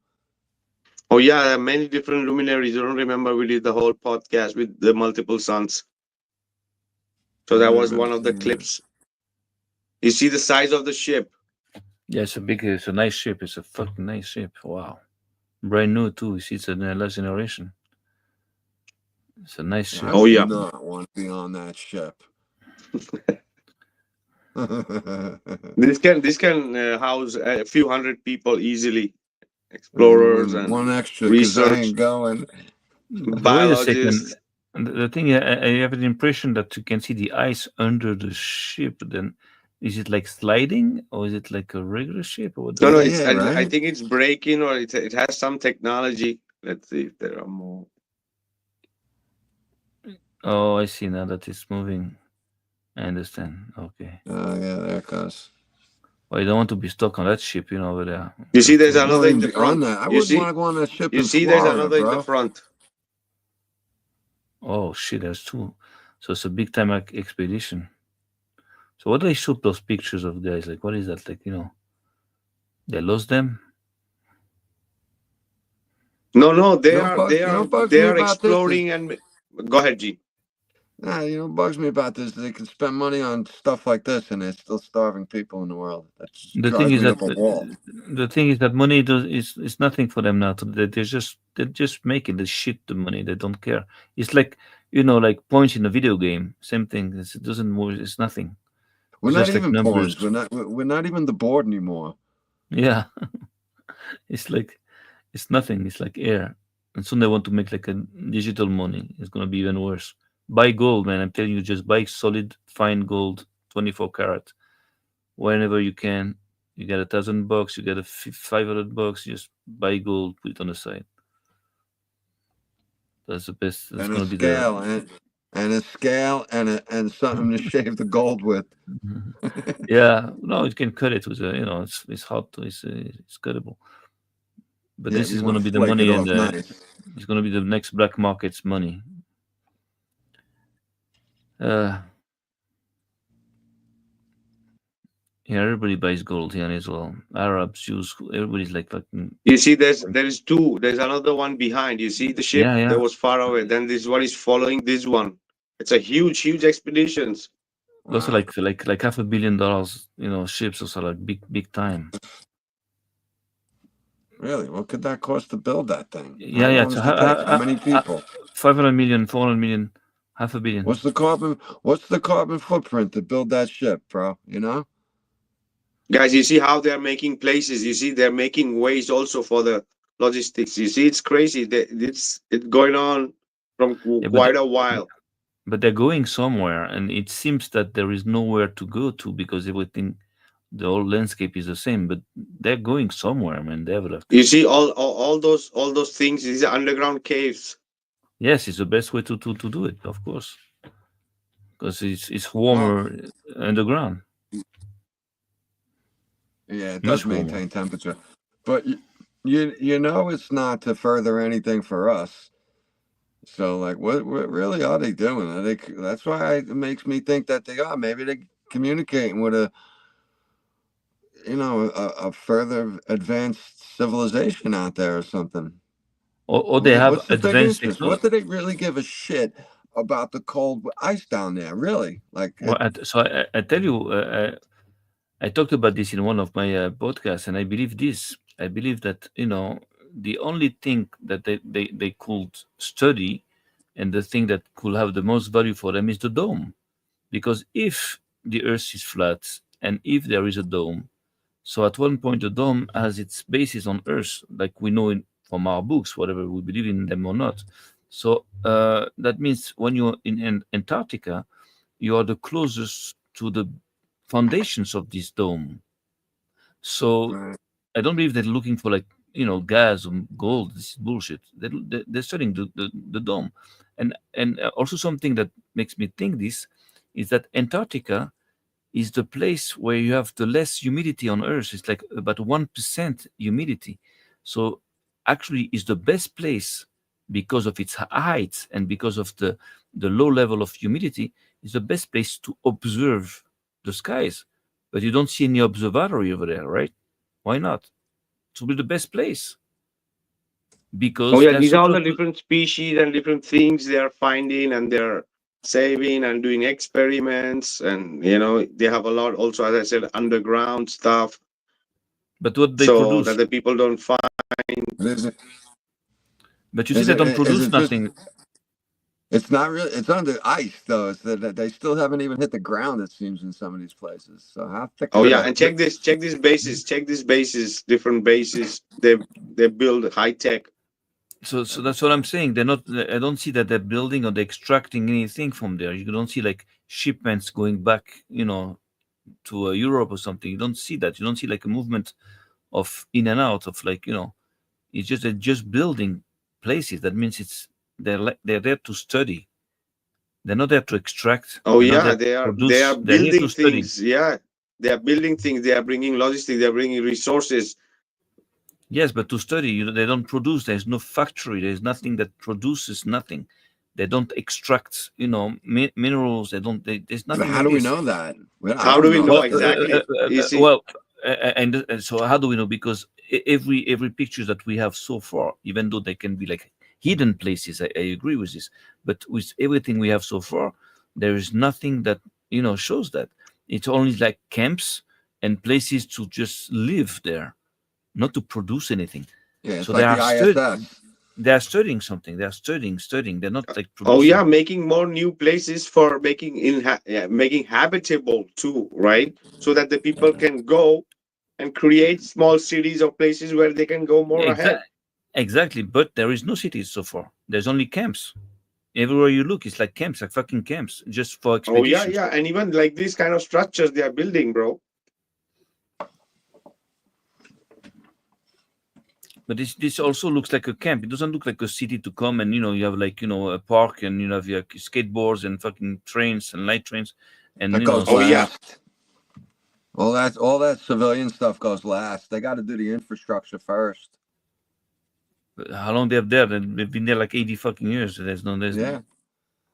So maybe again there are things that we don't see everything, but I'm sure that by now it should be like some pictures. One or two things. Those are projects. Those are not real. What you see doesn't exist.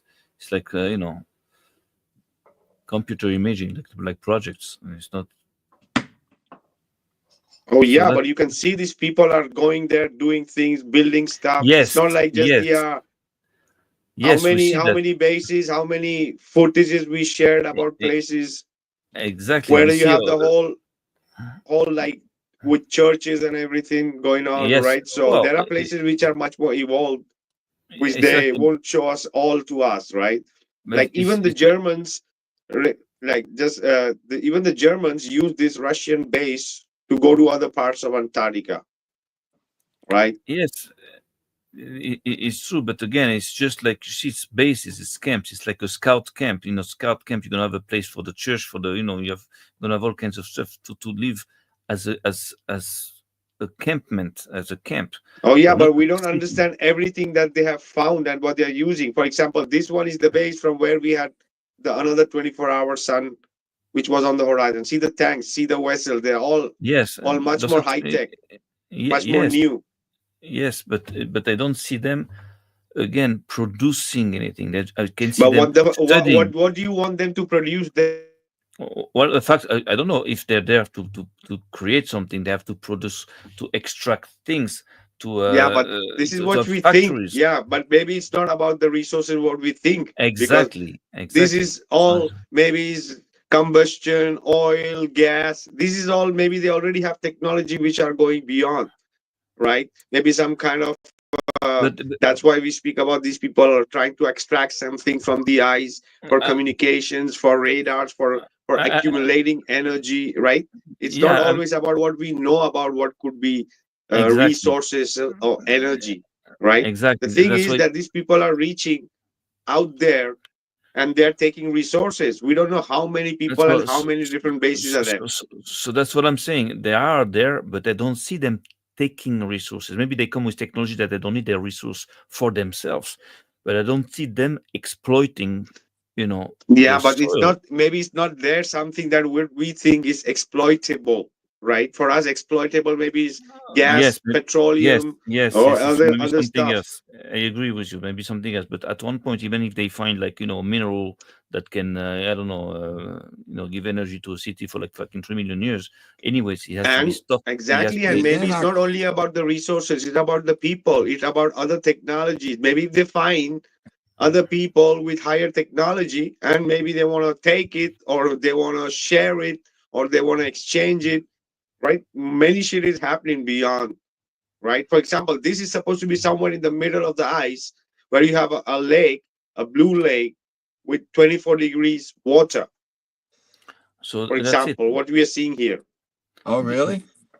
Oh, yeah.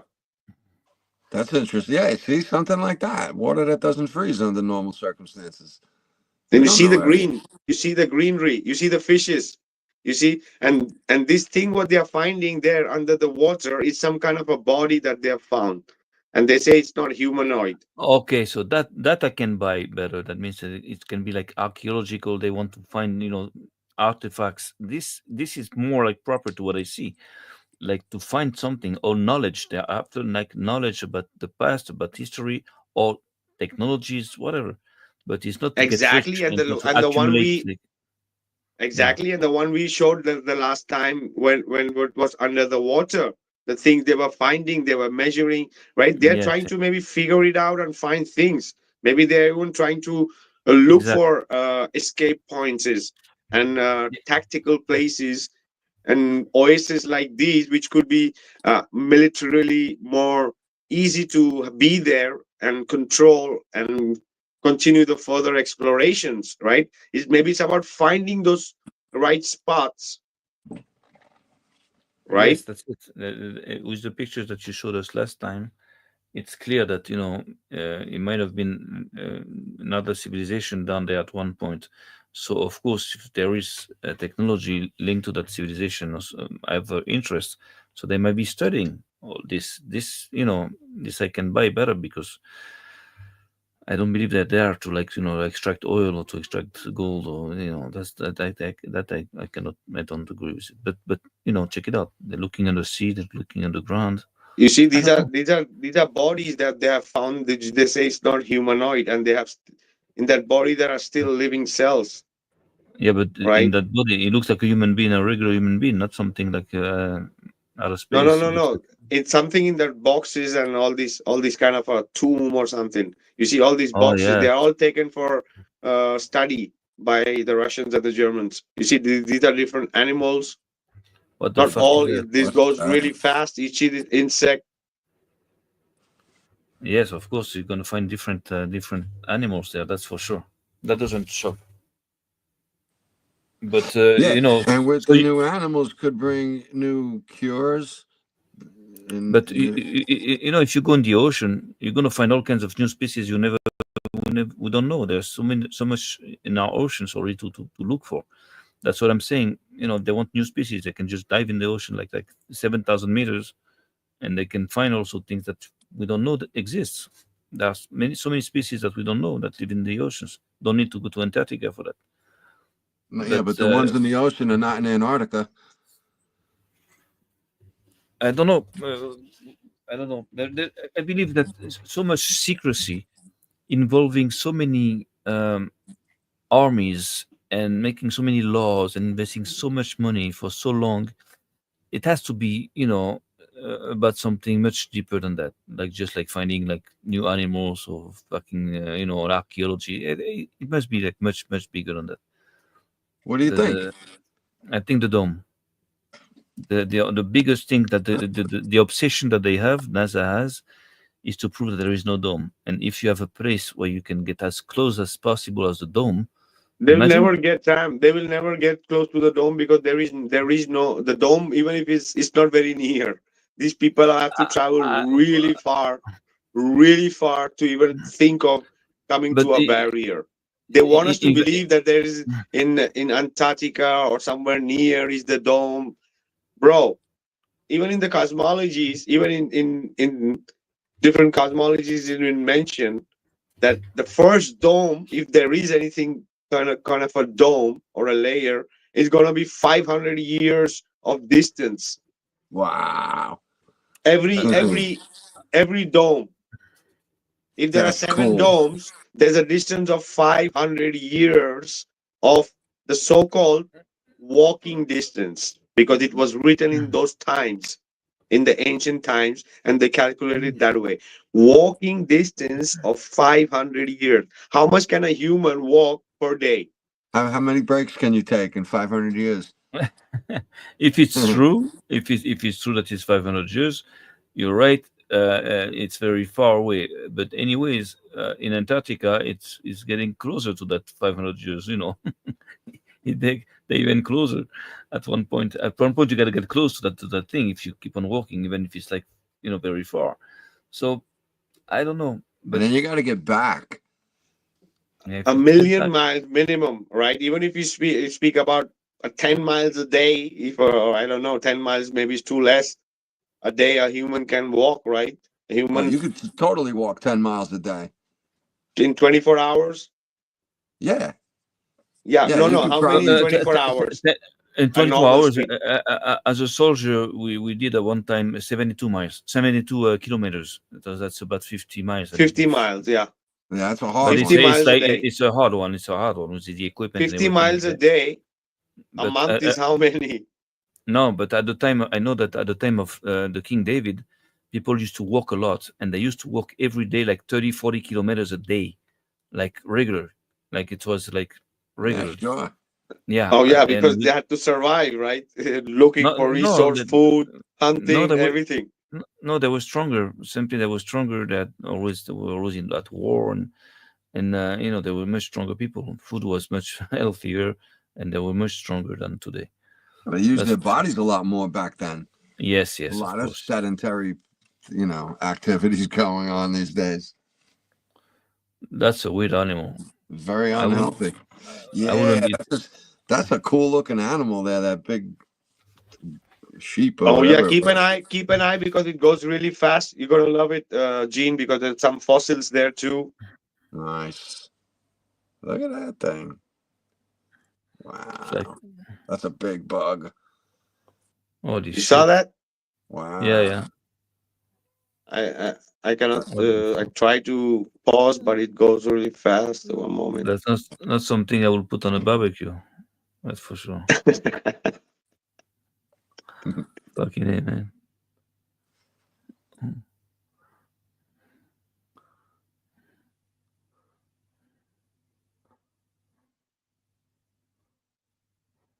Tissue. Yes. Yeah, I don't think it's like a fucking National Geographic fucking mission there. Something else, man. That's something else. That dead body there is very interesting. You see? It looks like a pig cat, some shit. I don't know. Maybe it's genetically engineered. I don't know. I won't put my finger. Wow, look at that shit, man. What the fuck is that? It's like a lion or something. What the fuck? It looks like a mix of a goat or some predator. A goat? I don't think he eats bushes, man. Yeah, it doesn't look like it's a herbivore. No, it's not a fucking herbivore. I think it's an isovore. I mean, he has to break the ice to get to the fucking. It's a predator, so if he eats other animals, he can only be seals. So it's built to eat seals. That thing to tear the flesh of seals or something. But he has hair. What the fuck? He looks like a goat. Yeah, we can see. It's like, you know, you see the beard there. Yeah, and the face is very much like a goat, but yeah, the mouth don't look like a goat. Yeah, the mouth don't look like. So it's like a goat that turned. The nose, the structure. The goat that turned predator. What the fuck? Oh yeah, they have lots of specimens of many things of so-called like humans, animals, insects. So what we saw before, those underground bases with things marked and everything, they have a lot of stuff, but they're not going to share everything. Yeah, you know go what ahead. You know what I believe it is? It's probably like, you know, animals that used to live before the, you know, so-called creation, like 5,000 years ago.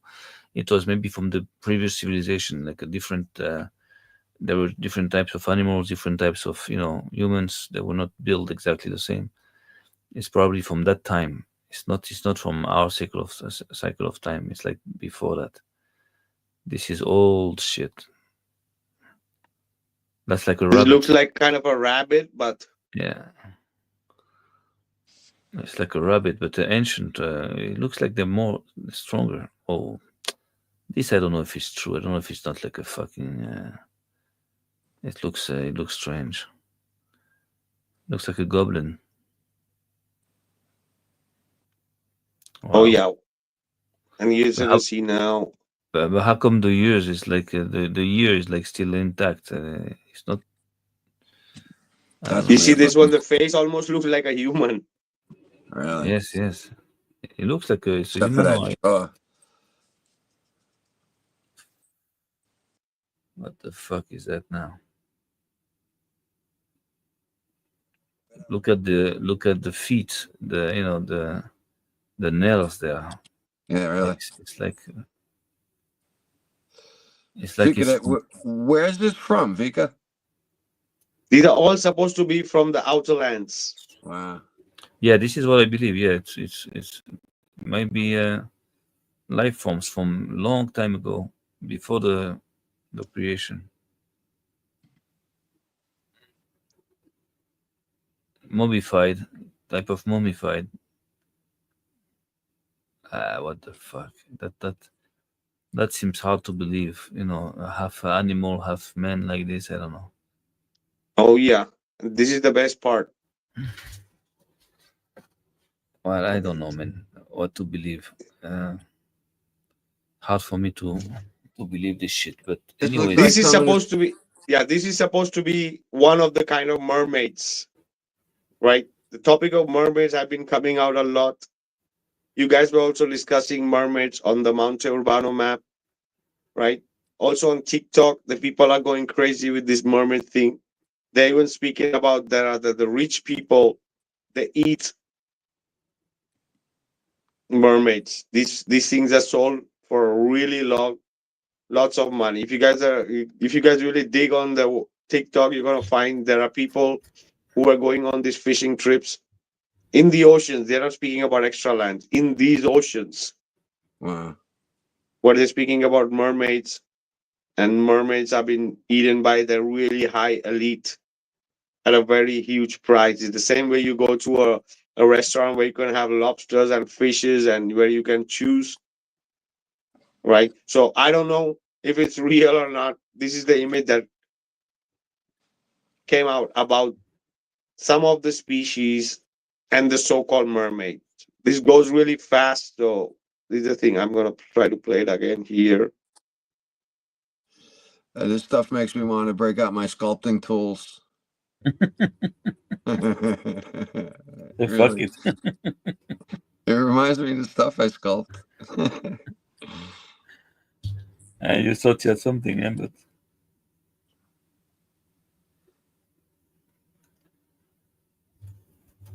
but I wouldn't be surprised that there is ancient species and species we don't know that came from an ancient time.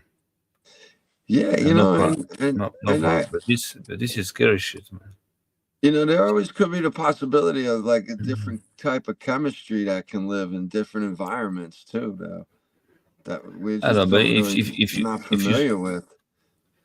If you see the body of a man with the head of an animal, I don't know, it looks. Yeah, I'd probably not really want to chat or anything. I don't know. I go the other way. These are different things that they have found, and they're look at that. studying. Oh, man, I would love to look through those containers. Yeah, guys, whatever is supposed to come out in a way, it's coming out. It's up to the people. You see volcanic land, springs. So what is this? It's like samples? Yeah, those were all samples of the many things that they have. They're not going to share with us everything, right? No, it's like, bro, when you see stuff in a museum, that's a tiny fraction of what they have. Yeah, it's how do you call that when you stuff things up? how is it called? Dermatology? How is that? Taxidermy. Yeah, taxidermy. Taxidermy, yeah.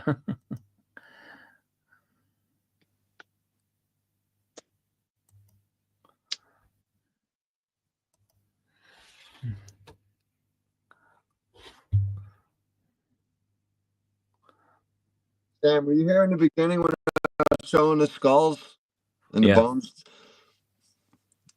All right, I just want to make sure you saw that big skull at the end that I have of it. Yeah, I saw it. You know, it's just a copy, but don't forget, guys, there was always that the Bone Wars where these guys were just fabricating things to outdo the other guy to make it give it more wow factor. So you can't rule that out. No. Because again, it has to be, a logic behind all this. Because if that leads you to nonsense or to believe things that, I don't know how to say that, but it has to be logic. It has to be like, it cannot just lead you nowhere into like worlds of like, of monsters, that I don't believe so. I believe there is an intelligence, superior intelligence that built all that with, very intelligent, very smart objectives. So at one point, if I end up believing that the world was at one point just, populated out of like monsters eating each other, without laws, structure, language. So that's bullshit. That's automatically bullshit for me. It cannot be. It has to be created for like, purpose. So that it has to be an intelligence, in all creations, at all levels of creation. It has to be something intelligent running all this. Might be evil also, but no, it has to be like,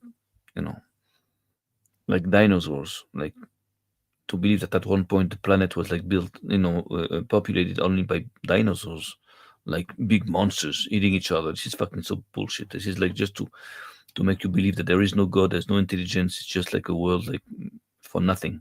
It's like it's bullshit. See, that's why Can't you picture this world without humans? No, I cannot picture it without a form of intelligence.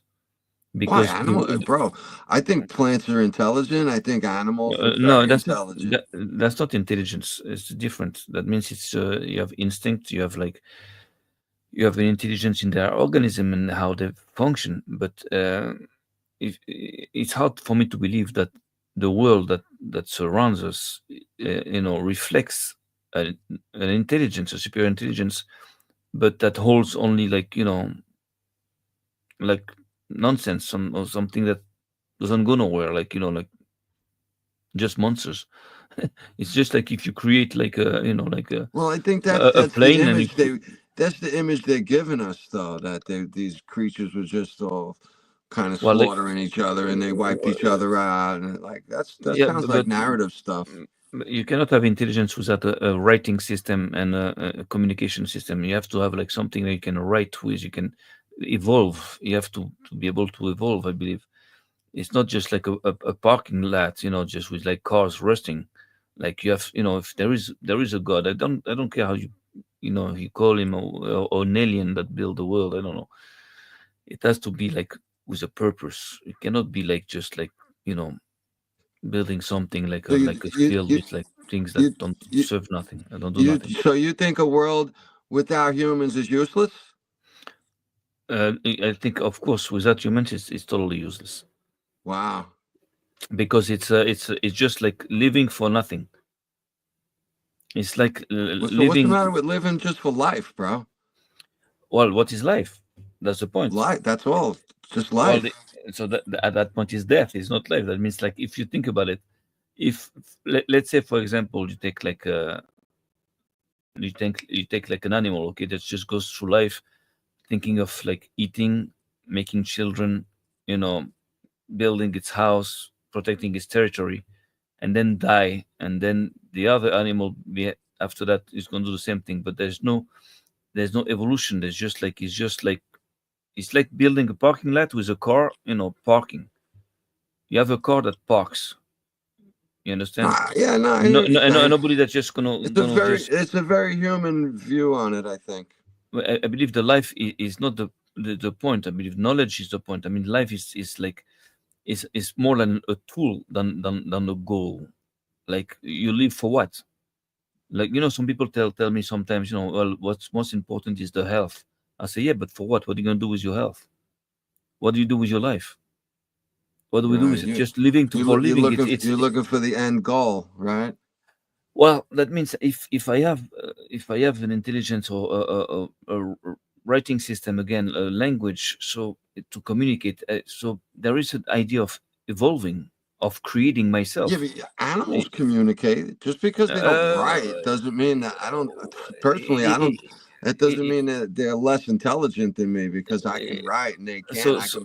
I could put a house together differently than them. That does. I don't always feel that puts me on top personally. If you take a cat like 5,000 years ago in Egypt, today's the same cat. There's no evolution. There is nothing that they don't create. Well, the thing is that if someone creates something and put some life in what he creates, I believe he would like also this life to be able to create on its own. It's like a son. If you have a son, imagine you have a son, and you want to give him, whatever you build for you want him to be like you. You want him to evolve just the way he did. You want him to create the way you did create. You want him to create also, other lives the way you created him. You understand? Right. That means that at one point the life is not the ultimate goal. Is that you have to do something with everything that surrounds you. Look at everything that surrounds us. Yeah. But I look at it totally different, man. Because animals give you joy that people can't in ways. You know what I mean? Well, you're talking about everything has its yeah. purpose, man, and I don't think that. Yes, of course they have. They have purpose. Of course, we need. They have purpose. I don't believe that we, at the contrary, I don't believe we can live without the animals around us, without the nature. We need them, But I believe that a world just built, just living, just for living, and I dying, think that's a beautiful idea, bro. I love that idea personally, man. But at one point, you have to die. So what? Why? Yeah. Well, you just move on. I mean, we're all gonna die. Yes.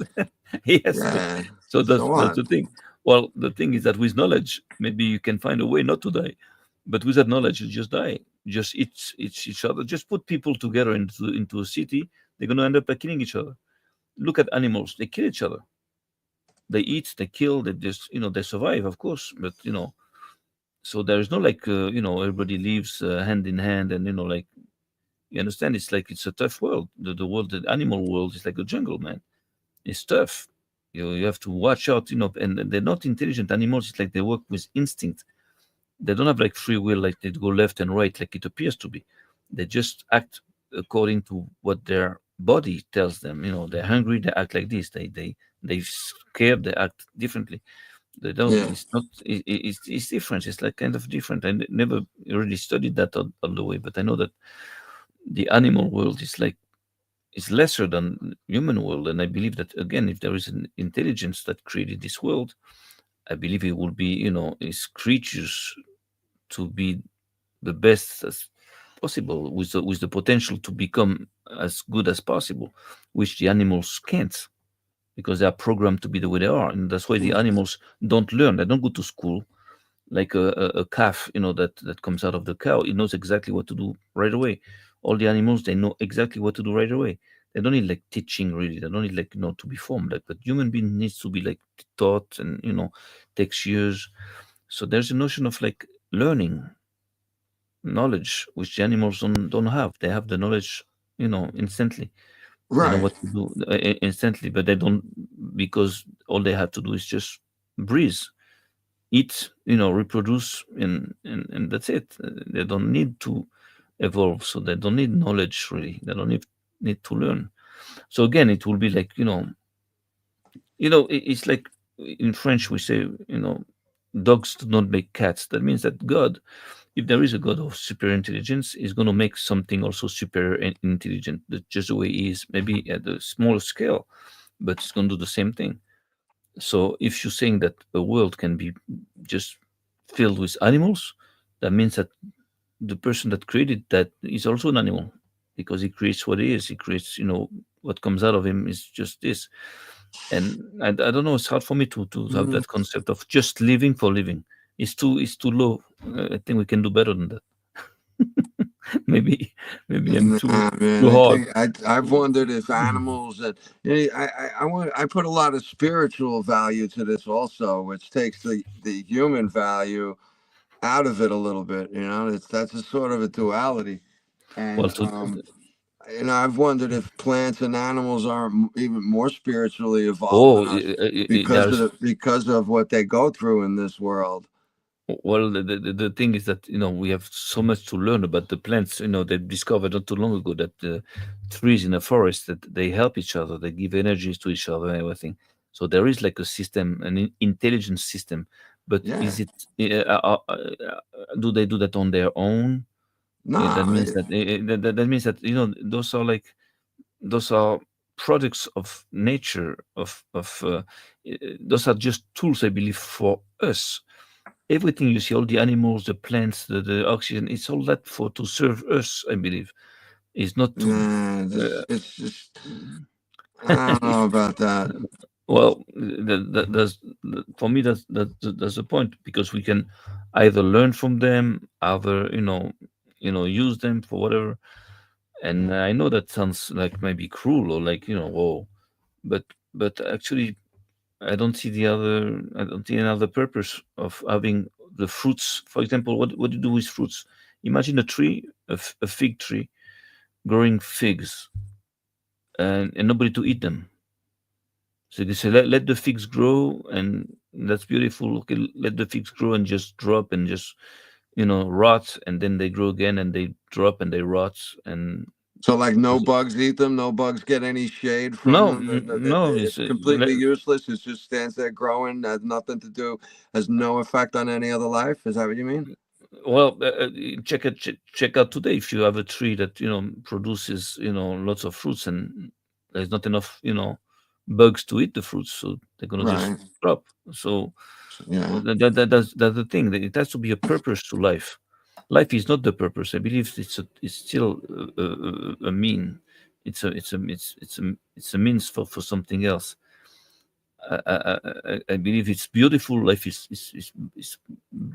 beautiful. It's nothing to do with it. I'm for nature, and I'd rather live in nature than into the city. Just give me like a tent, and I can just live in the desert. I don't care. Just give me some water. Oh yeah. And like this. With water and maybe a little bit food, you're gonna be happy than living in this concrete jungle. In 1 second, I leave everything. My phone, everything, internet, I leave everything and just go. Believe me. So look at how much value you put on nature, though, right there. Yes, of course. That's extremely valuable. Of course, and that's something they took away from us, bro. Exactly, it's essential to life. Nature is essential to human beings. It's essential. The farther we go away from nature, the more we start dying. The more you go away from nature, the more you die. See, yes, guys, the city is a vampire in a way of energy, right? There are people who are angry. There are people who are lost. There are people who are jealous. There's every kind of energy, right? So every time you pass by in a city, you are bombarded with. That's the reason when we want to go in the nature, be there on the beach with no people, or in the woods or in the mountain. You feel that refreshing because there's nothing to attack your energy. But you see, at one point, if we go to that extreme, let's say we live in nature, right, with no laws, no books, no writing system. You have tribes today, in Papuasia and many countries that live totally in nature, so they know every plant and everything. But look at them. They eat each other. They're cannibals. They're like they live like they're not all cannibals. The what? They're not all cannibals. No, they're not all cannibals. But you can see that that's probably very rare too. That can lead to this. That means that as soon as you don't have any system, any writing maybe those system, cannibals, laws. Sam, those cannibals maybe really have human traits, But the real cannibals are the ones who are the energy vampires who control Yes, this that's for sure. real so-called society. These are Yeah, the real because cannibals because they're eating the energy of the humans and they Really? live off that. Exactly. because the city is a real jungle. It's really concrete jungle. Yes, of course, that's for sure. But again, No, I don't know, man. I think if we're given so many limitations with our thoughts in this yes, world, and I try to break free from them, and I don't give the creator limitations to my human Well, body. And one life, I would love to be a rock for what they call 250 million years and just sit there yeah, and but not be influenced. And when a tree it, falls on me, I really don't care. And when I freeze and crack in half, I really don't care. You know what I mean? I find that to be fascinating. What it's like to live like a tree and have my fruit grow and not be eaten. It's like, okay, have it might be nothing bother you. it might be hell also, because maybe Yeah, maybe, but I don't you think are so. you are made also to communicate with I've definitely communicated with plants and animals, bro. I absolutely have. I have a collection of 4-leaf clovers because these things tell me when to look down. They tell me when to leave my house and go outside, look, and I don't even look. I stop walking and look down, and there it is. They are communicating with us. And as far as like the animals living like crazy wild animals in the woods, these people in charge today could have messed up their frequency also, and they might be confused enough to be living in ways that they don't even understand. So you think that it's possible to live what you call a free life like this, but without rules, without laws, just to Well, I survive, mean, like just what eat what kind of you want laws to and eat, and rules you talking about? You talking about well, yellow lines and don't cross them or I'll get a ticket? Or like everybody knows not to hurt other people? What do you mean rules and yes, laws? values that reflects laws. Like what do you do with this? Like for example, if you want to do good, Well, what good? that's What what I'm good? hoping everybody thinks, I mean, that's just kind of a given to me that people want to do good and they would like to see good being done. That's Yeah, just how I think. That's kind of automatic for me. I see. Well, it defends itself. Your arguments defend. It's better than than living the way we live. That's for sure. But again, it's a good question to know. Yeah, maybe What is even what is the people are purpose? tired. Maybe some people are tired and they want to get away from this Oh yes, this of course. this control Of course, societies and laws and of like course. really like stamping the human in every level in Of course. resources, in energy, in But morals, in emotion. Like maybe there are people who prefer to live like of in the course, old times with uh, uh, basic. yeah, of course. We want to come back to simplicity. It's too complex now. You see, for example, back in France, I had a company. I was making so much money. I didn't know how much money I was making. I was breathing. I was making money. But I had a very complex life, and I was always like under stress and everything. But when I came back here in Israel, I decided I want to own no house. I don't own nothing. I just I pay rent. I have a landlord. I don't own a car. I don't own nothing, and I have food. I don't. I don't need nothing. I have freezer full of meat and fish, and I don't need nothing. I pay my rent in time, and I don't own nothing. And people just look at me like if I was crazy. Oh, you don't want to buy a house? You don't want to buy? So what are we going to do with a house? If I had the money in the bank, okay, I could transform that eventually into walls. But it's stupid to take like a loan for me, like for like 30 years or 40 years to own to owe the bank like the money. I don't care about owning Oh things. I yeah, don't want to. it's like signing your life, right? And becoming a slave for 30, 40 years. And if you're lucky, you Exactly, pay it off. If no, you exactly. are dead and the bank takes your. Yeah, man, This it's is a deep rabbit hole, guys. But anyway, not. guys, Yeah, Sam, we are almost yeah. 3 hours, right? Okay. So we'll try to leave it to here, right? We had a long journey with all these Antarctica extra lands. We've been sharing from past 5-6 weeks and weekends, right?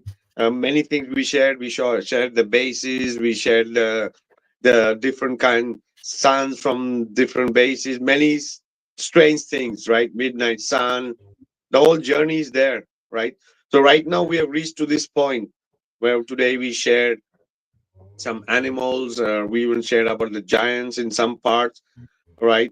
Different things, finding stuff, technologies, planes, tanks, every kind of things, right? It was a kind of journey. For sure, this journey doesn't end here.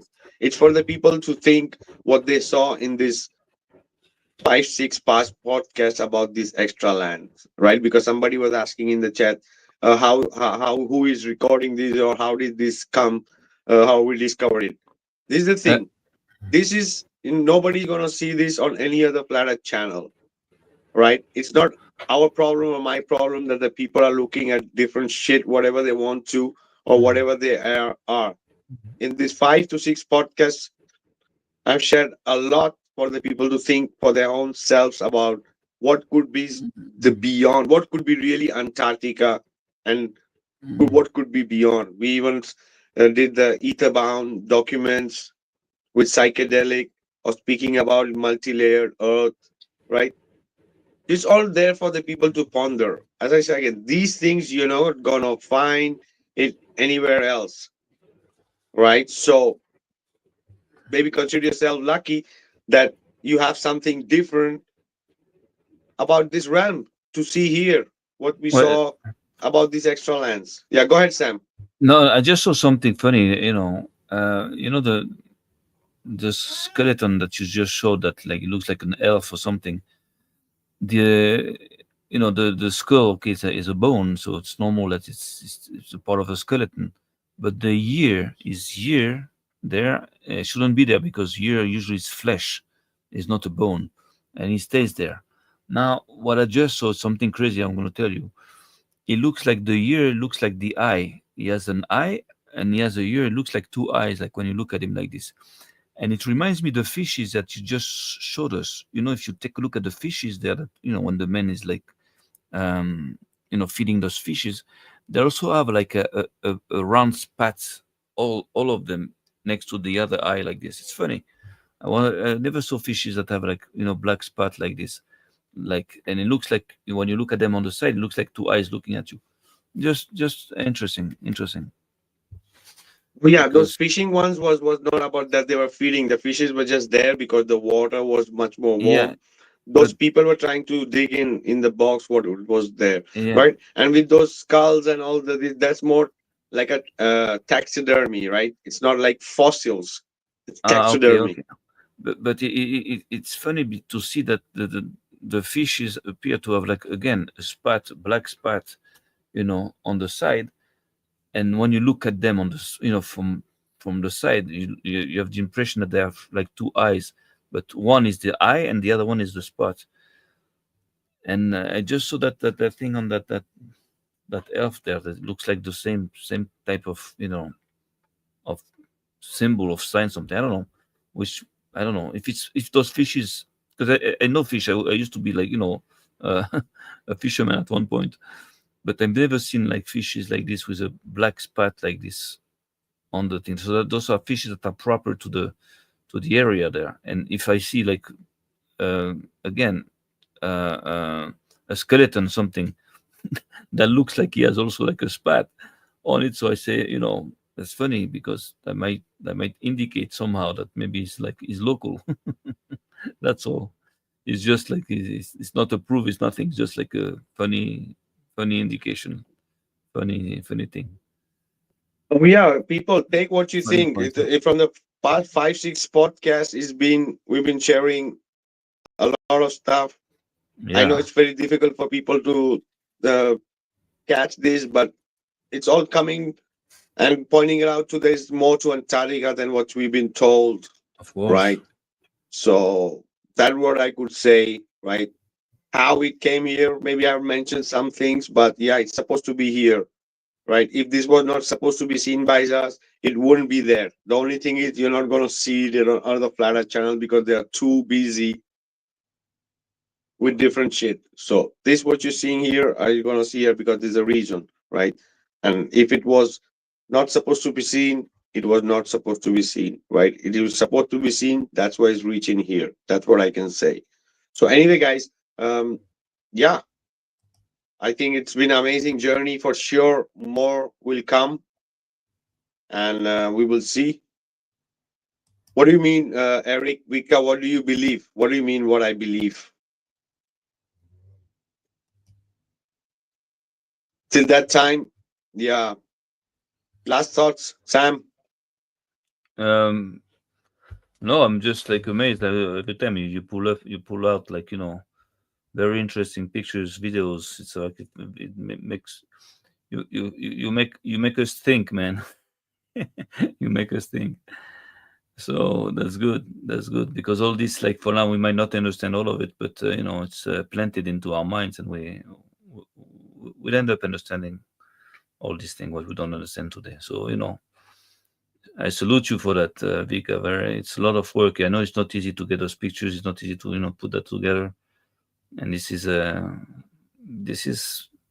great. This is great. That's why I'm here. At like 2 a.m, watching my screen. So keep on doing a good job. That's all I can tell you. That's it. That's good, man. That's good. That's great. Oh yeah, brother, absolutely. Thanks, bro, for being here. And this is, I know, in this age of misinformation and disinformation, it's very difficult to separate and filter out what's real and what's not. Exactly, right? yeah. So yeah, we are doing our job by putting it out there because if you're not seeing it anywhere, you're seeing here because this is the way it's supposed to be, right? So we are trying our best, brother. In the end, it's up to the people, right? What they can connect, what they think, what it is, and what it could be, and what it's telling us, right? Yeah. Oh, that is It makes training, man. Oh yeah, absolutely. Thanks, bro, Sam, for being here. Absolutely awesome, like Thanks always, to my receive me. brother. Thanks you. Always a pleasure to be here. Gene. Yo, bro. Yeah, you know what? I got to second everything Sam just said, man. Thanks for bringing the fucking fire tonight, bro. and for the past 2 years at least. Yo, we're working on 3 years, aren't we, Vikka? Oh yeah. Right? We're just around the anniversary. We got to talk about that, man. We're right around the anniversary, bro. So anyway, yeah, I like talking about the possibilities. I have a very close personal connection with the spirit world, God. I don't know. God seems like the principal of the school. And could a kindergarten kid talk to the principal? I don't know, maybe, but so I say the spirit world because I'm more comfortable saying that. You know what I mean? And they changed our vibration in every single way they could to keep us disconnected from that world. And like we were saying, someone from 4,000 years ago would probably melt if they were transported into this world today. Yeah. And Yes. right, and vice versa, we would melt if we were Yeah. transported into the old world. We would be like aliens to each other almost. So there's a lot of that like sifts through me every day. And so yeah, for me to feel like I would love to be an important tree to somebody is a beautiful thought. And that doesn't bother me in the least. I'm an eternal being, and to spend 200 years standing still in the wind, providing shade, food, or whatever it is that tree does, I would love to be able to experience that and remember it too. Maybe there's some world out there where I will remember all these lives, but I just want to appreciate all of them because I'm fascinated with life. I love life, and I think life is beautiful. Animals, trees, plants, and birds, and rocks, and things. This is the world we have. So I just try not to give the creator limitations that the controllers want to try to put on me. And that's where I come from a lot of times, guys. So, Vikka, thanks, man. These past few weeks have been really cool. I like talking about the possibilities, and don't forget, we were talking about the dome before. These guys had Operation Dominic and Operation Fishbowl and High Jump all right around the same time. And Dominic goes back to meaning God or something like that, right? So they're talking about the fishbowl of God. So who really knows? Yeah, but I like the idea of walking for 500 years and sort of coming up to the end of something over there. And who knows if it's a solid connection either. Just because our pressurized systems need a solid enclosed system, maybe we live in one that really doesn't need exactly everything we need to provide a double perfect mirror copy of it. There's things out there we just don't know. And I love being here with you guys, exploring those possibilities, guys. So Vikka, thanks, bro. Sam, thanks, brother. It's always good to see you, man. And everybody in the chat, had a good time tonight. I hope you did too. Hope you enjoyed my little show and tell. And Vikka, thanks for letting me put that stuff up and show everybody too, bro. So that was fun. Yeah, bro, absolutely. We all are trying to figure it out together. As I said, I know it's very difficult for people to take this in, all these 5-week podcasts. Also, the last week podcast, that was a real download, right? Yeah.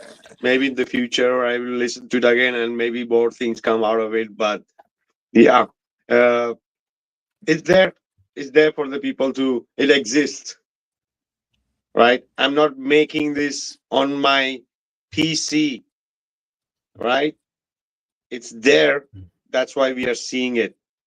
The only thing is only the beauty part and the exclusive part is that you are seeing it here and nobody else is even interested, right? So have it, bro. Have it, people.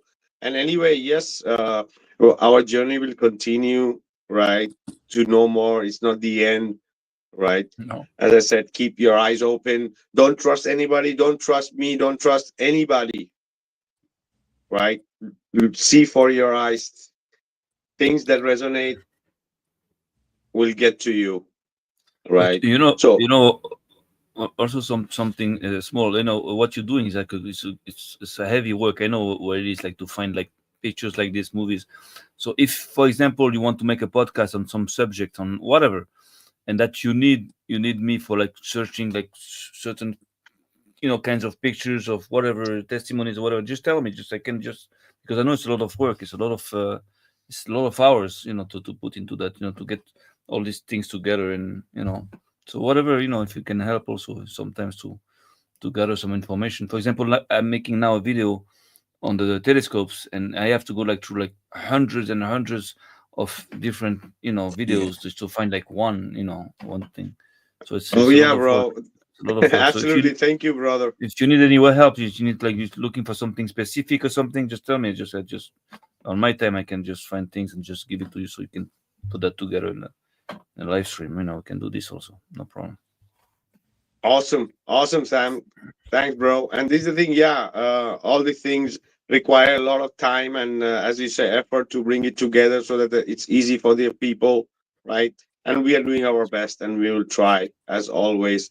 Oh yeah, real stuff needs a lot of time. As I said, even the documentary needs a year to make because we don't want to just push things out, right? Push shit out, right? So this is the thing. Absolutely. Thanks, Sam. Thanks, Gene. Thanks, Keith. And thanks, everybody in the chat for being here. As always, this is Vikka Draziv signing out, guys. See you soon next week. Bye, everyone. Keep it flat. Take care. Take it easy. Bye-bye.